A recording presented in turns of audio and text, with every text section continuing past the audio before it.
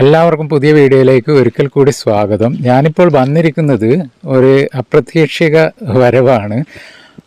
മാച്ചേരി, കണ്ണൂർ ജില്ലയിലെ മാച്ചേരി നാഗത്താടം ശ്രീ സർപ്പരാജ ക്ഷേത്രത്തിലാണ്.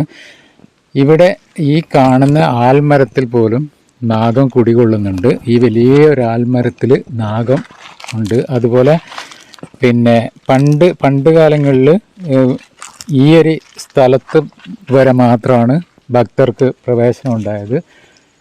ഈ സ്ഥലം വരെ പ്രവേശനം ഉണ്ടായിട്ടുള്ളൂ. അപ്പോൾ ഇപ്പം നമുക്ക് ഇതിൻ്റെ അകത്ത് ഏകദേശം ഒരു കോമ്പൗണ്ട് വരെ പോകാം. ഞാൻ കാണിച്ചു തരാം അതൊക്കെ. എന്തായാലും ഇവിടെ വന്നു കഴിഞ്ഞാൽ പല അസുഖങ്ങളും മാറുന്നുണ്ട്. അതുപോലെ തന്നെ കല്യാണം ശരിയാവാത്തവർക്ക് കല്യാണം ശരിയാവുന്നുണ്ട്. അതുപോലെ കുട്ടികളില്ലാത്തവർക്ക് ഇവിടെ വന്ന് പ്രാർത്ഥിച്ചാൽ കുട്ടികളുണ്ടാകുന്നുണ്ട്. അതുപോലെ ഒരുപാട് അത്ഭുതങ്ങൾ നടന്നിട്ടുണ്ട് ഇവിടെ. അപ്പോൾ ഞാൻ ഈ കണ്ണൂർക്കാരനാണെങ്കിലും ഞാൻ ഇതുവരെ ഇത്രയും വർഷമായിട്ട് ഞാനിവിടെ വന്നിട്ടില്ല. ഇതൊരു നിമിത്തം തന്നെയാണ് എന്ന് പറയാം. അപ്പോൾ ഇവിടെ ഇപ്പം ഇത് നടത്തുന്ന ആളുണ്ട്. ആളുടെ പേര് ദിനേശനാണ്. അദ്ദേഹത്തോട് കുറച്ച് കാര്യങ്ങളും കൂടി ചോദിച്ചാൽ ഏകദേശം വ്യക്തമാക്കാൻ പറ്റും. അപ്പോൾ അദ്ദേഹമാണ് ഈ ക്ഷേത്രം ഇപ്പം നടത്തിക്കൊണ്ടുപോകുന്ന അദ്ദേഹവും ആൾക്കാരും. അപ്പോൾ അദ്ദേഹത്തോട് നമുക്ക് ചോദിച്ചറിയാം. പിന്നെ ഇവിടുത്തെ കുറേ ചിട്ടകളുണ്ട് ക്ഷേത്രത്തിൽ വന്നു കഴിഞ്ഞാലും അല്ലെങ്കിൽ വരേണ്ട കാര്യങ്ങളൊക്കെ ഉണ്ട്. അപ്പോൾ അതിനെപ്പറ്റിയെല്ലാം നമുക്ക് ഇദ്ദേഹത്തോട് ചോദിച്ച് അറിയാം. നമസ്കാരമുണ്ട്. നമസ്കാരം. പേര് ദിനേശൻ. അപ്പോൾ ഇവിടെ കുറേ ചിട്ടകളും കാര്യങ്ങളൊക്കെ ഉണ്ടല്ലോ അല്ലേ? എങ്ങനെയൊക്കെയാണ് അതൊക്കെ? അതായത് പുതിയ ഒരാൾ വരുന്നതാണെങ്കിൽ അവർക്ക് കാര്യങ്ങൾ അറിയില്ല. ഇവിടെ പുതിയ ഒരാൾ വരുമ്പോൾ പറഞ്ഞാൽ ഒന്ന് തലേന്നേ മത്സ്യമാംസങ്ങളൊന്നും കഴിക്കാതിരിക്കുക. അതുപോലെ തന്നെ വരുന്ന സമയത്ത് മത്സ്യമാംസങ്ങളൊന്നും കഴിക്കാതെ മറ്റു അശുദ്ധികളൊന്നും ഇല്ലാതെങ്കിൽ അവർക്കിടെ വന്ന് തൊഴുതി ഭഗവാനെ പ്രാർത്ഥിച്ചു പോകാനുള്ള അവസരമുണ്ട്. ഇപ്പം നമ്മൾ പൊതുവെ നാഗത്താടെന്ന് പറയുമ്പം പാമ്പ് എന്നാണ് ചിന്തിക്കുക അല്ലേ? അപ്പൊ ഇവിടെ കുടികൊള്ളുന്നത് ആരൊക്കെയാണ്? ഞാൻ സർപ്പരാജാവും രാജ്ഞിയാണ് കുടികൊള്ളുന്നത്. പിന്നെ അതിന് പുറമെ പറഞ്ഞാൽ ഈ ഗണപതിയുണ്ട്, ശാസ്താവുണ്ട്, ബ്രഹ്മരക്ഷസുണ്ട്, ഭഗവതിയുണ്ട്. ഇവരൊക്കെ ഈ ക്ഷേത്ര അങ്കണത്തിൽ കുടികൊള്ളുന്നുണ്ട് അല്ലേ? അപ്പൊ അതെല്ലാം ഒരു മതിൽക്കെട്ടിനകത്ത്. അതെ. മറ്റു നമ്മളിപ്പോ ഏത് ക്ഷേത്രത്തിലെത്തിയാലും നാഗത്തിന് സ്ഥാനം എപ്പോഴും പുറത്തായിരിക്കും. പക്ഷേ അങ്ങനെയുള്ളത്. പക്ഷെ ഈടെ അതല്ല. ഈ നാഗത്തിന് ഈടെ പ്രധാന ദേവൻ നാഗം തന്നെയാണ്. സർപ്പരാജാവും രാജ്ഞിയാണ്. അതുപോലെ തന്നെ സർപ്പരാജാവിന്റെ മടിത്തട്ടില് രാജ്ഞിയുടെയും മടിത്തട്ടിൽ ഇരുന്നിട്ടായിരുന്നു ഗണപതി ഉള്ളത്. കാരണം അത് ഒരു സ്ഥലത്തും കാണാൻ കഴിയും എന്ന് തോന്നില്ല. അത് നാഗത്തടത്തുള്ള ഒരു പ്രത്യേകത തന്നെയാണ്. ഇവിടെ ശിവപാർവതിമാരാണ്. ശിവനും പാർവതിയാണ് നാഗരൂപത്തിൽ കുടികൊള്ളുന്നത്. ശിവനും പാർവതിയാണ് നാഗരൂപത്തിൽ കുടികൊള്ളുന്നത്. അതാണ് അവരുടെ മടിത്തട്ടിൽ ഗണപതി ഇരിക്കുന്നതായിട്ട് കാണുന്നത്. മടിത്തട്ടിൽ തന്നെ ഇരുന്നുകൊണ്ട് തന്നെയാണ് ഗണപതി ഉള്ളത്. അതാണ് ഏറ്റവും പ്രധാനമായിട്ട് ഒരു വലിയ. ഇവിടെ ഇപ്പോൾ ഒരു പ്രധാനപ്പെട്ട വഴിപാട് എന്തൊക്കെയാണ്? പ്രധാന വഴിപാട് ഏറ്റവും പ്രധാനം നാഗത്തിന് 100 പാലും കൊടുത്ത് പ്രാർത്ഥിക്കുക എന്നുള്ളതാണ് പ്രധാനം. അതുപോലെ തന്നെ നിത്യപൂജ കഴിക്കാം. പിന്നെ നാഗദോഷങ്ങൾക്ക് നാഗപൂജ. പിന്നെ എല്ലാ മാസവും ആയില്യത്തിന് നാഗദോഷങ്ങൾക്കും മറ്റു പ്രയാസങ്ങൾക്കൊക്കെ സർപ്പബലി എല്ലാ ആയില്യനാളിലും ഇവിടെ മഹാസർപ്പബലി അടക്കം ഇവിടെ കഴിക്കുന്നതാണ്. അതുപോലെ ഇവിടെ പിന്നെ എല്ലാ വർഷവും ഉത്സവമുണ്ട്. അത് കുംഭമാസം 1-ാം തീയതി, മലയാള മാസം 1-ാം തീയതിയാണ്. അത് കുംഭം 1 മുതൽ 6 വരെയാണ് ഉച്ചാര മഹോത്സവം എന്ന് പറയും. അത് മകരം 28 കൂടിയാണ് ഉത്സവത്തിന്റെ ആരംഭം. അത് ഭൂമി ദേവി ഋതുമതിയാവുന്ന ആ ഒരു ദിവസമാണ് മകരം 28 എന്ന് പറയുന്നത്. ആ ദിവസം തൊട്ട് ഇവിടെ ഉത്സവത്തിന്റെ ആരംഭമായി. അപ്പോൾ കുംഭം 1 മുതൽ പണ്ടുമുള്ള പഴമക്കാർ പറയുന്നത് കഴിഞ്ഞാൽ എല്ലാ ദേവീ ദേവന്മാരും കുംഭം 1 മുതൽ 6 വരെ ഈ സന്നിധിയിൽ കുടികൊള്ളുന്നു എന്നാണ്. അപ്പോൾ ഒട്ടനവധി ഭക്തജനങ്ങൾ വന്ന് പ്രാർത്ഥനകളും വഴിപാടും നടത്തി അവരുടെ ഉദ്ദേശ കാര്യങ്ങളൊക്കെ ഭഗവാനിൽ നിന്ന് അവർ സാധിച്ചു കിട്ടുന്നുണ്ട്.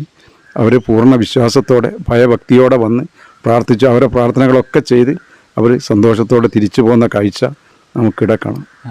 വേറൊരു പ്രത്യേകത എന്ന് പറഞ്ഞാൽ ഇവിടെ പിരിവൊന്നുമില്ല. അതായത് ഇവിടുത്തെ ഉത്സവത്തിന് വേണ്ടി പിരിവ് എന്ന് പറഞ്ഞാൽ നമ്മൾ വീടുകളിൽ പോയി സംഭാവന പിരിക്കുന്ന രീതി ഒന്നുമില്ല. ഇവിടെ ഇപ്പം പിന്നെ നമ്മളിപ്പോൾ ഉത്സവ നാടുകളിലൊക്കെ ആളുകൾ വന്നിട്ട് സംഭാവന തരും. അത് സംഭാവന ഉദ്ദേശിക്കുന്ന ആ പൈസ അന്നദാനത്തിലേക്ക് വേണ്ടി ചെയ്ത് അത് ഭക്തജനങ്ങൾക്ക് തന്നെ കൊടുക്കണമെന്ന് ആഗ്രഹിച്ച് അതിലേക്ക് തന്നെ ചെലവഴിക്കുക ചെയ്യുന്നത്. ഈ 6 ദിവസം ഉത്സവം അത് അന്നദാനം എല്ലാ ദിവസവും ഉണ്ട്. 7 ദിവസം 8 ദിവസം അന്നപ്രസാദ സദ്യ ഉണ്ടാവും. പിന്നെ ആയില്യ നാടുകളിലും ഞങ്ങൾ കൊണ്ട് കഴിയുന്ന രൂപത്തിലൊക്കെ കൊടുക്കുന്നുണ്ട്. പക്ഷെ ഓരോ ഭക്തനും അത് അവർക്ക് തന്നെ അനുഭവിക്കണം, അവർക്ക് തന്നെ കിട്ടണം എന്ന് കൊടുക്കണം എന്ന് ആഗ്രഹിച്ചാണ് നമ്മൾ ചെയ്യുന്നത്. പിന്നെ അതുപോലെ തന്നെ പിന്നെ ഏറ്റവും പ്രധാനം സമർപ്പണമാണ്. സമർപ്പണത്തിനാണ് ഏറ്റവും വലിയ പ്രാധാന്യം കൊടുക്കുന്നത്. ഒരു ഭക്തന് അവർക്ക് എങ്ങനെയാണ് അവർക്ക് കഴിയുക അത് ഭഗവാന്റെ പാദങ്ങളിൽ സമർപ്പിക്കുക. അത് അവർക്ക് ഇഷ്ടമുള്ളത് അവർക്ക് സമർപ്പിക്കാം. അത് നമ്മൾ ദേവനാണ്, പിന്നെ നമ്മളെ കയ്യിലേക്ക് ദേവൻ തരുന്നതാണ്. അത് ഇന്ന ആവശ്യത്തിലേക്കായിട്ട് അത് ദേവൻ അത് നിയോഗിക്കാൻ പറയും, അത് നമ്മളത് ചെയ്യും. ഇപ്പോൾ ഇവിടെ ഒട്ടനവധി പിന്നെ ഇത് കാര്യം ഉണ്ടായിരുന്നു. പിന്നെ ഈ സമർപ്പണം എന്ന രീതി നമ്മളിപ്പോൾ ഇവിടെ ഒരുപാട് പിന്നെ പുനഃപ്രതിഷ്ഠയായി ബന്ധപ്പെട്ട് ഒട്ടനവധി പിന്നെ നവീകരണ പ്രവർത്തനങ്ങളൊക്കെ ഇവിടെ നടത്തിയിട്ടുണ്ടായിരുന്നു. ഈ നടത്തുന്ന സമയത്ത് ശില സമർപ്പിക്കാൻ ഞങ്ങൾ ആവശ്യപ്പെട്ടു. ആ ശില ഒരു ശിലക്ക് സമർപ്പിക്കാൻ വേണ്ടി ഒരു ഭക്തന് ഓരോരുത്തർ വന്ന് ഓരോ ശിലയായി അവർ സമർപ്പിക്കാം. അതിന് അവർ ചിലർ പൈസ തരും, ചിലർ പിന്നെ അധികവരും പൈസ ഒരു ശിലക്ക് നമ്മൾ ഒരു സംഖ്യ നിശ്ചയിച്ചിട്ട് അതിൽ തരുന്നതാണ്. അതാണ് നമ്മൾ വാങ്ങിയത്. അത് ഭഗവാന്റെ പാദങ്ങളിൽ അവർ സമർപ്പിക്കൂ. അതെടുത്ത് നമ്മൾ അതിൻ്റെ കൂടെ ഒരു ഉറുപ്പെങ്കിൽ നീയും കൂട്ടി ആ പ്രവൃത്തി അത് പൂർത്തിയാക്കും. പിന്നെ പലരും അവരെ കൊണ്ട് കഴിയുന്ന രൂപത്തിൽ ഒരു സമർപ്പണം കണ്ട് ഇങ്ങനെ പലരും ഇങ്ങനെ ശില സമർപ്പിക്കുകയോ ആരെയൊക്കെ ചെയ്യുന്ന സമയത്ത് എൻ്റെ മനസ്സിൽ ഏറ്റവും കൂടുതൽ എനിക്ക് പല ഭക്തർ വന്നിട്ട് സമർപ്പിക്കുമ്പോഴും എനിക്ക് ഏറ്റവും കൂടുതൽ ഒരു മനസ്സിനെ സ്വാധീനിച്ചൊരു കാര്യം ഉണ്ടായിരുന്നു. അത് എന്ന് പറഞ്ഞാൽ ഒരു ചെറിയൊരു കുട്ടി, ആ കുട്ടീൻ്റെ അമ്മേനെയും കൂട്ടി, ആ കുട്ടി അമ്മയൂടെ വന്ന് എന്നോട് പറഞ്ഞ് എനിക്കൊരു സമർപ്പണം ചെയ്യുന്നുണ്ട്, എനക്കല്ല ഇവർക്കാണ്. ഞാൻ ചോദിച്ചു എന്താ മോളെ എന്ന് കാര്യം. അങ്ങനെ എത്തി മേലെ നടയിലെത്തി ഭഗവാന്റെ നടയിലെത്തിയൊക്കെ വിവരം ചെയ്യുമ്പോൾ ആ കുട്ടിക്ക് ക്ലാസ്സിൽ നല്ലോണം പഠിക്കുന്നൊരു കുട്ടിയാണ്. ആ കുട്ടിക്ക് പിന്നെ ടീച്ചർ പഠിച്ചിട്ട് കുറച്ച് നല്ല പഠിക്കുന്നതുകൊണ്ട് ആ ക്ലാസ് ടീച്ചർ കുട്ടിക്കൊരു പാരിതോഷികം എന്ന് പറഞ്ഞു ഒരു ചെറിയൊരു പൈസ ഒരു സംഖ്യ ആ കുട്ടിക്ക് എടുത്തു കൊടുത്തു. കുട്ടി സന്തോഷത്തോടെ ആ വീട്ടിൽ വന്നിടത്ത് അച്ഛനോടും അമ്മയോടും പറഞ്ഞു എനിക്ക് പിന്നെ എൻ്റെ ടീച്ചർ എനിക്കിങ്ങനെ തന്ന് നല്ല പഠിക്കുന്ന കുട്ടിയാണ്, പക്ഷേ ഈ പൈസ ഞാൻ അച്ഛനും അമ്മയ്ക്കും ഞാൻ തരില്ല, എനിക്കിത് നാത്താറീശ്വരൻ്റെ പാദങ്ങളിൽ സമർപ്പിക്കണം, അവിടെ സമർപ്പണം ചെയ്യുന്നൊരവസ്ഥ സമയമായി ഇത്, എനക്കവിടെ സമർപ്പിക്കണം എന്ന് പറഞ്ഞ് ആ കുട്ടി അമ്മേനെയും കുട്ടിയുടെ വന്ന് ആ ഭഗവാന്റെ ആ പാദങ്ങളിൽ ആ കുട്ടി സമർപ്പിച്ചപ്പോൾ എനക്കെന്ന് പറഞ്ഞാൽ എന്തെന്നറിയില്ല, ആ ഭഗവാൻ ആ പൈസ ഈ ശില സമർപ്പിച്ച കൂട്ടത്തിൽ ഈ കുട്ടിയും ചെയ്യുമ്പോൾ ആ കുട്ടി ചെറിയ കുട്ടി എനിക്കൊന്നൊരു 4-ലോ അത്രയും ചെറിയ ആ കുട്ടി ആ സമർപ്പണം ശരിക്കും പറഞ്ഞാൽ ദേവന്റെ മുമ്പിൽ എത്രയോ ഭക്തജനങ്ങൾ ചെയ്തതിനെക്കാട്ടി എത്രയോ മൂല്യം അതിന് ഉണ്ട്.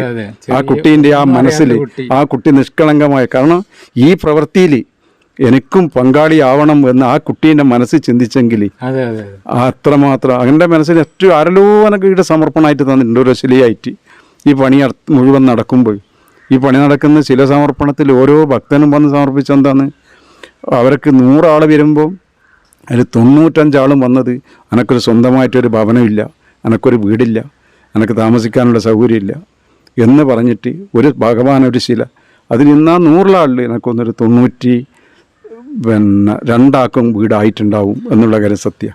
അതായത് സ്വന്തമായിട്ടൊരു വീടില്ലാത്ത ആള് പോലും വന്നിട്ട് സമർപ്പിച്ചിട്ട് സമർപ്പിച്ചിട്ട് ചിലർക്ക് ഇഷ്ടം പോലെ സൗകര്യങ്ങളുണ്ട്, വീടെടുക്കാനുള്ള പണമുണ്ട്, ജോലിയുണ്ട്, ഭൂമിയുണ്ട്, പക്ഷേ ആവാതെ വരുന്നത് അങ്ങനെയുള്ളവരൊക്കെ അതൊരു നീലേശ്വരത്തുള്ള ഒരാളാണ് വന്നത്.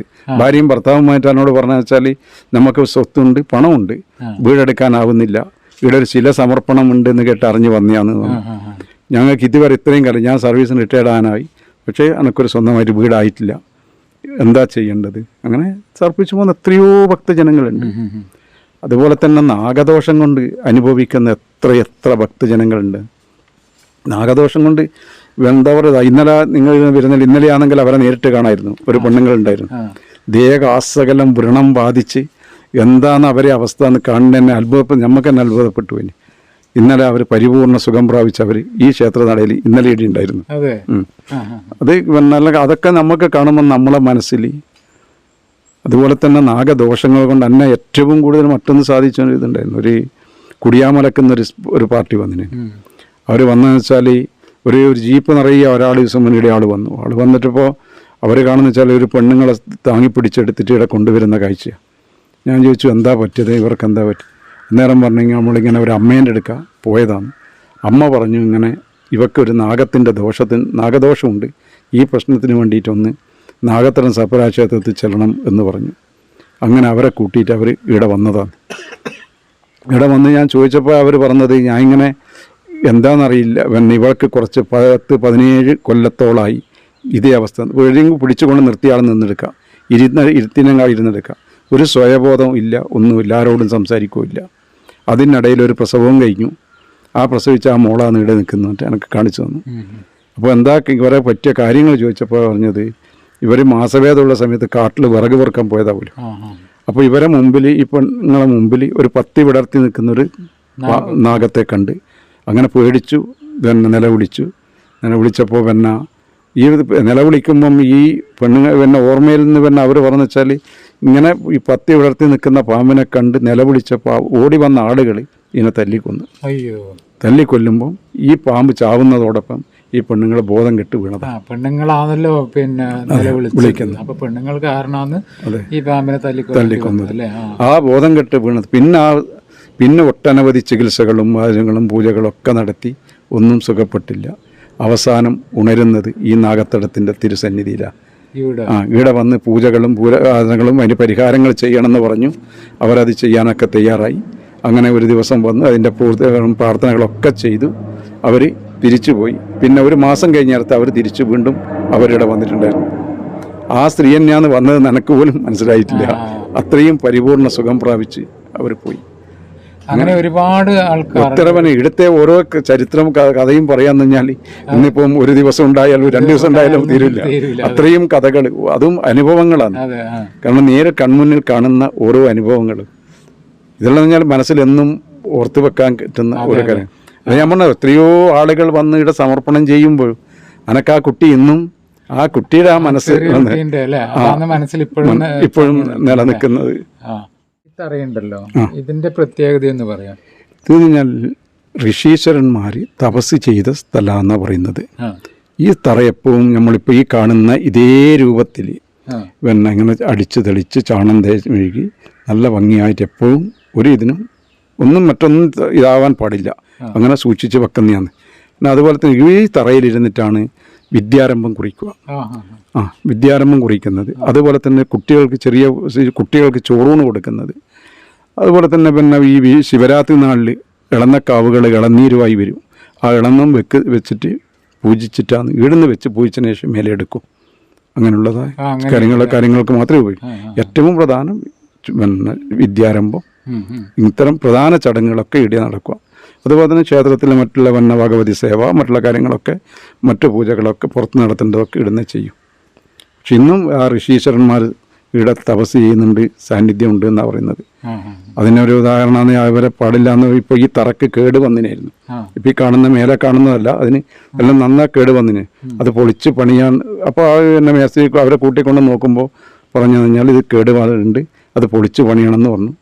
പക്ഷേ രാശി വെച്ച് നോക്കുമ്പോൾ ഒരു വിധത്തിലും അനുവദിച്ചില്ല. ആ പോയ ഒരു മേലത്തെ മാത്രം മാറ്റിക്കോ, ബാക്കി ഒന്നും തൊടണ്ട എന്നാണ് പറഞ്ഞത്. അതുപോലെ തന്നെ ഈ തറയിൽ മറ്റു സ്ഥലത്ത് നിന്ന് മണ്ണ് കൊണ്ട് ഇതിൻ്റെ അകത്ത് ഇടാൻ പറ്റില്ല. അതുപോലെ തന്നെ ഇതിൻ്റെ അകത്തുള്ള പുറത്ത് പോകാനും പാടില്ല. അങ്ങനെയൊക്കെയാണ് നിബന്ധനയുണ്ട്. ചിലപ്പോൾ അതെല്ലാം കൊണ്ടായിരിക്കും അവരെ ആ സ്പർശനം എപ്പോഴും ഇവിടെ നിലനിൽക്കണം എന്നായിരിക്കും ദേവന്റെ ആഗ്രഹം. പിന്നെ എന്തായാലും നിങ്ങൾ കുറച്ച് കാര്യങ്ങൾ പറഞ്ഞിട്ടുണ്ട്. ഈ പറഞ്ഞ മാതിരി ഇവിടുത്തെ ചരിത്രം മൊത്തം പറയുന്നുണ്ടെങ്കിൽ ഒരുപാട് നാൾ പറയുന്നുണ്ട്. അപ്പൊ നമുക്കൊന്ന് പൂജാരി ഒന്ന് കാണാം മുകളിൽ പോയിട്ട് അല്ലേ. അപ്പൊ ഞാൻ നിൽക്കുന്നത് കുളക്കടവിലാണ്, കുളത്തിന്റെ കരയിലാണ്. അതായത് ഇവിടെ ഉണ്ടായത് ഔഷധ കുളം എന്നാണ് ഇതിന് പേര്. ഇപ്പം നമ്മൾ കാണുമ്പോൾ വിചാരിക്കും ഇത് വെറും കച്ചറയല്ലേ, കാണുമ്പം അഴുക്കും ഒക്കെ ആണല്ലോ. അപ്പോൾ ഇത് ഔഷധക്കുളമാണ്. അതായത് പൂജാരി വന്നിട്ട് നിത്യവും ഇവിടെ വന്നിട്ട് കുളിച്ച് കഴിഞ്ഞിട്ടേ ഇങ്ങോട്ട് കയറിയിട്ട് ക്ഷേത്രത്തിനകത്തേക്ക് പ്രവേശിക്കും.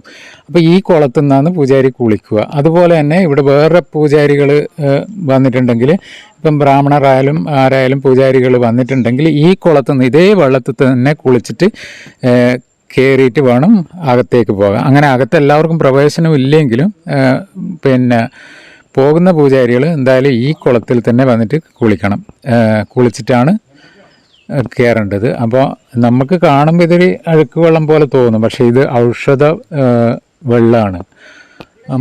മാത്രമല്ല നമ്മൾ ഇവിടുത്തെ ഈ വള്ളികളും ഇതൊക്കെ കാണുന്നില്ലേ, ശരിക്ക് ഇത് കാണുമ്പോൾ നമുക്ക് ഭക്തി ശരിക്ക് അനുഭവപ്പെടും. മാത്രമല്ല നല്ല സൈലൻ്റ് ഏരിയ ആയതുകൊണ്ട് പിന്നെ കാണാനും നല്ലൊരു ഇതാണ്. പിന്നെ അതുപോലെ ചൂടില്ല, പിന്നെ നല്ലൊരു കാലാവസ്ഥ, എന്താ പറയുക, നല്ലൊരു ഇതാണ്. പിന്നെ ഇതിൻ്റെ ക്ഷേത്രത്തിൻ്റെ അകത്ത് നമുക്കാർക്കും പ്രവേശനമില്ല. ഈ കവാടം വരെ മാത്രം പോകാം. അതിൻ്റെ അകത്തെല്ലാം പൂജാരിക്ക്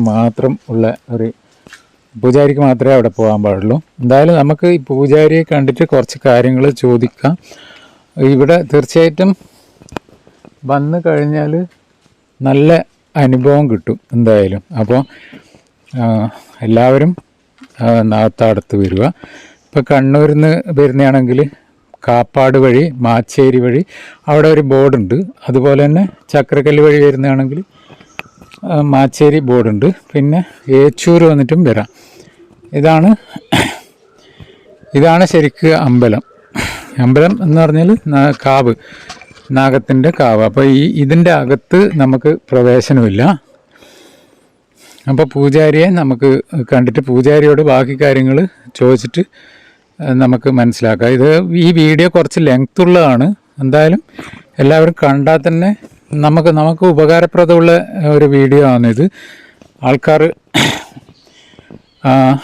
തീർച്ചയായിട്ടും നമ്മൾ ഒരുപാട് ആൾക്കാർ മാനസികമായിട്ടും ശാരീരികമായിട്ടും ബുദ്ധിമുട്ടുന്നുണ്ട്. അപ്പോൾ വിശ്വാസമുള്ളവർ വിശ്വാസത്തോട് കൂടിയിട്ട് വന്ന് ഇവിടെ പ്രാർത്ഥിച്ചാൽ അതെല്ലാം അതേപടി നടക്കും. മാത്രമല്ല ഇവിടുത്തെ പൂജക്കെല്ലാം വളരെ ചെറിയ പൈസയുള്ളൂ. ഇവിടെ മെയിൻ പറയുന്നത് 100 പാലുമാണ്.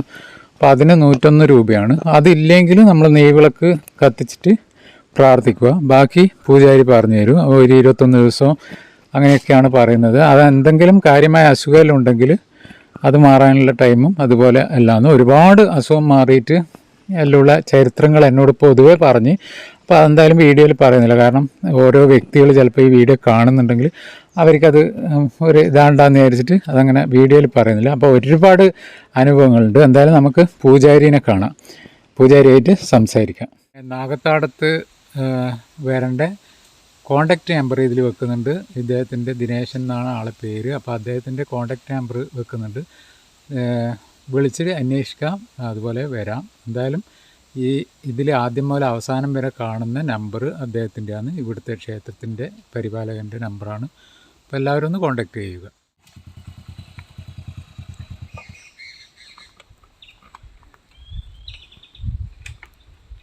തിരുമേനി നമസ്കാരമുണ്ട്. നമസ്കാരം. പേരെന്താ? ശങ്കരൻ നമ്പൂരി. വീട് എവിടെയാ? വീട് നീലേശ്വരാണ്. നീലേശ്വരാണ്. നിങ്ങൾ എത്ര വർഷമായി? ഞാനിവിടെ ഒരു 14 കൊല്ലായി. 14 കൊല്ലമായിട്ട് ഇവിടെ പൂജ ചെയ്യുന്നു? സ്ഥിരമായിട്ട് പൂജ ചെയ്യുന്ന. അതെ. ഇവിടെ തന്നെ താമസം വീടില്ല, ഞാൻ വേറെ ദിക്കിൽ താമസിച്ചിട്ട് അവിടെ ഈ ഭാഗത്ത് തന്നെ ഉണ്ട്. ഒരു 8-10 കിലോമീറ്റർ ദൂരത്തായിട്ട് ഒരു ക്വാർട്ടേഴ്സിൽ അങ്ങനെ താമസിച്ചിട്ട്. അപ്പോൾ ഇവിടുത്തെ പൂജ ഇവിടെ പൂജ ഏതാണ്ട് അതിരാവിലെ ഇവിടെ തുറക്കലില്ല. അങ്ങനെ ഒരു 9 മണി 10 മണി ഒക്കെ അതേ സമയത്ത് ഒരു 12:30 വരെ ഉണ്ടാവും. പിന്നെ ഇവിടെ എല്ലാ ദിവസങ്ങളും പൂജ വേണം. നേദ്യം പായസമായിട്ട് എല്ലാ ദിവസവും 100 പാല് മഞ്ഞളഭിഷേകം ഇങ്ങനെ. അതേപോലെ തന്നെ ഭക്തന്മാരുടെ പ്രാർത്ഥനയായിട്ട് ഇങ്ങനെ 100 പാല് മഞ്ഞളഭിഷേകം ഇങ്ങനെ. കല്യാണം കഴിയാത്തവർ, സന്താനം ഇല്ലാത്തവർ ഇങ്ങനെയൊക്കെ വന്ന് പ്രാർത്ഥിക്കും.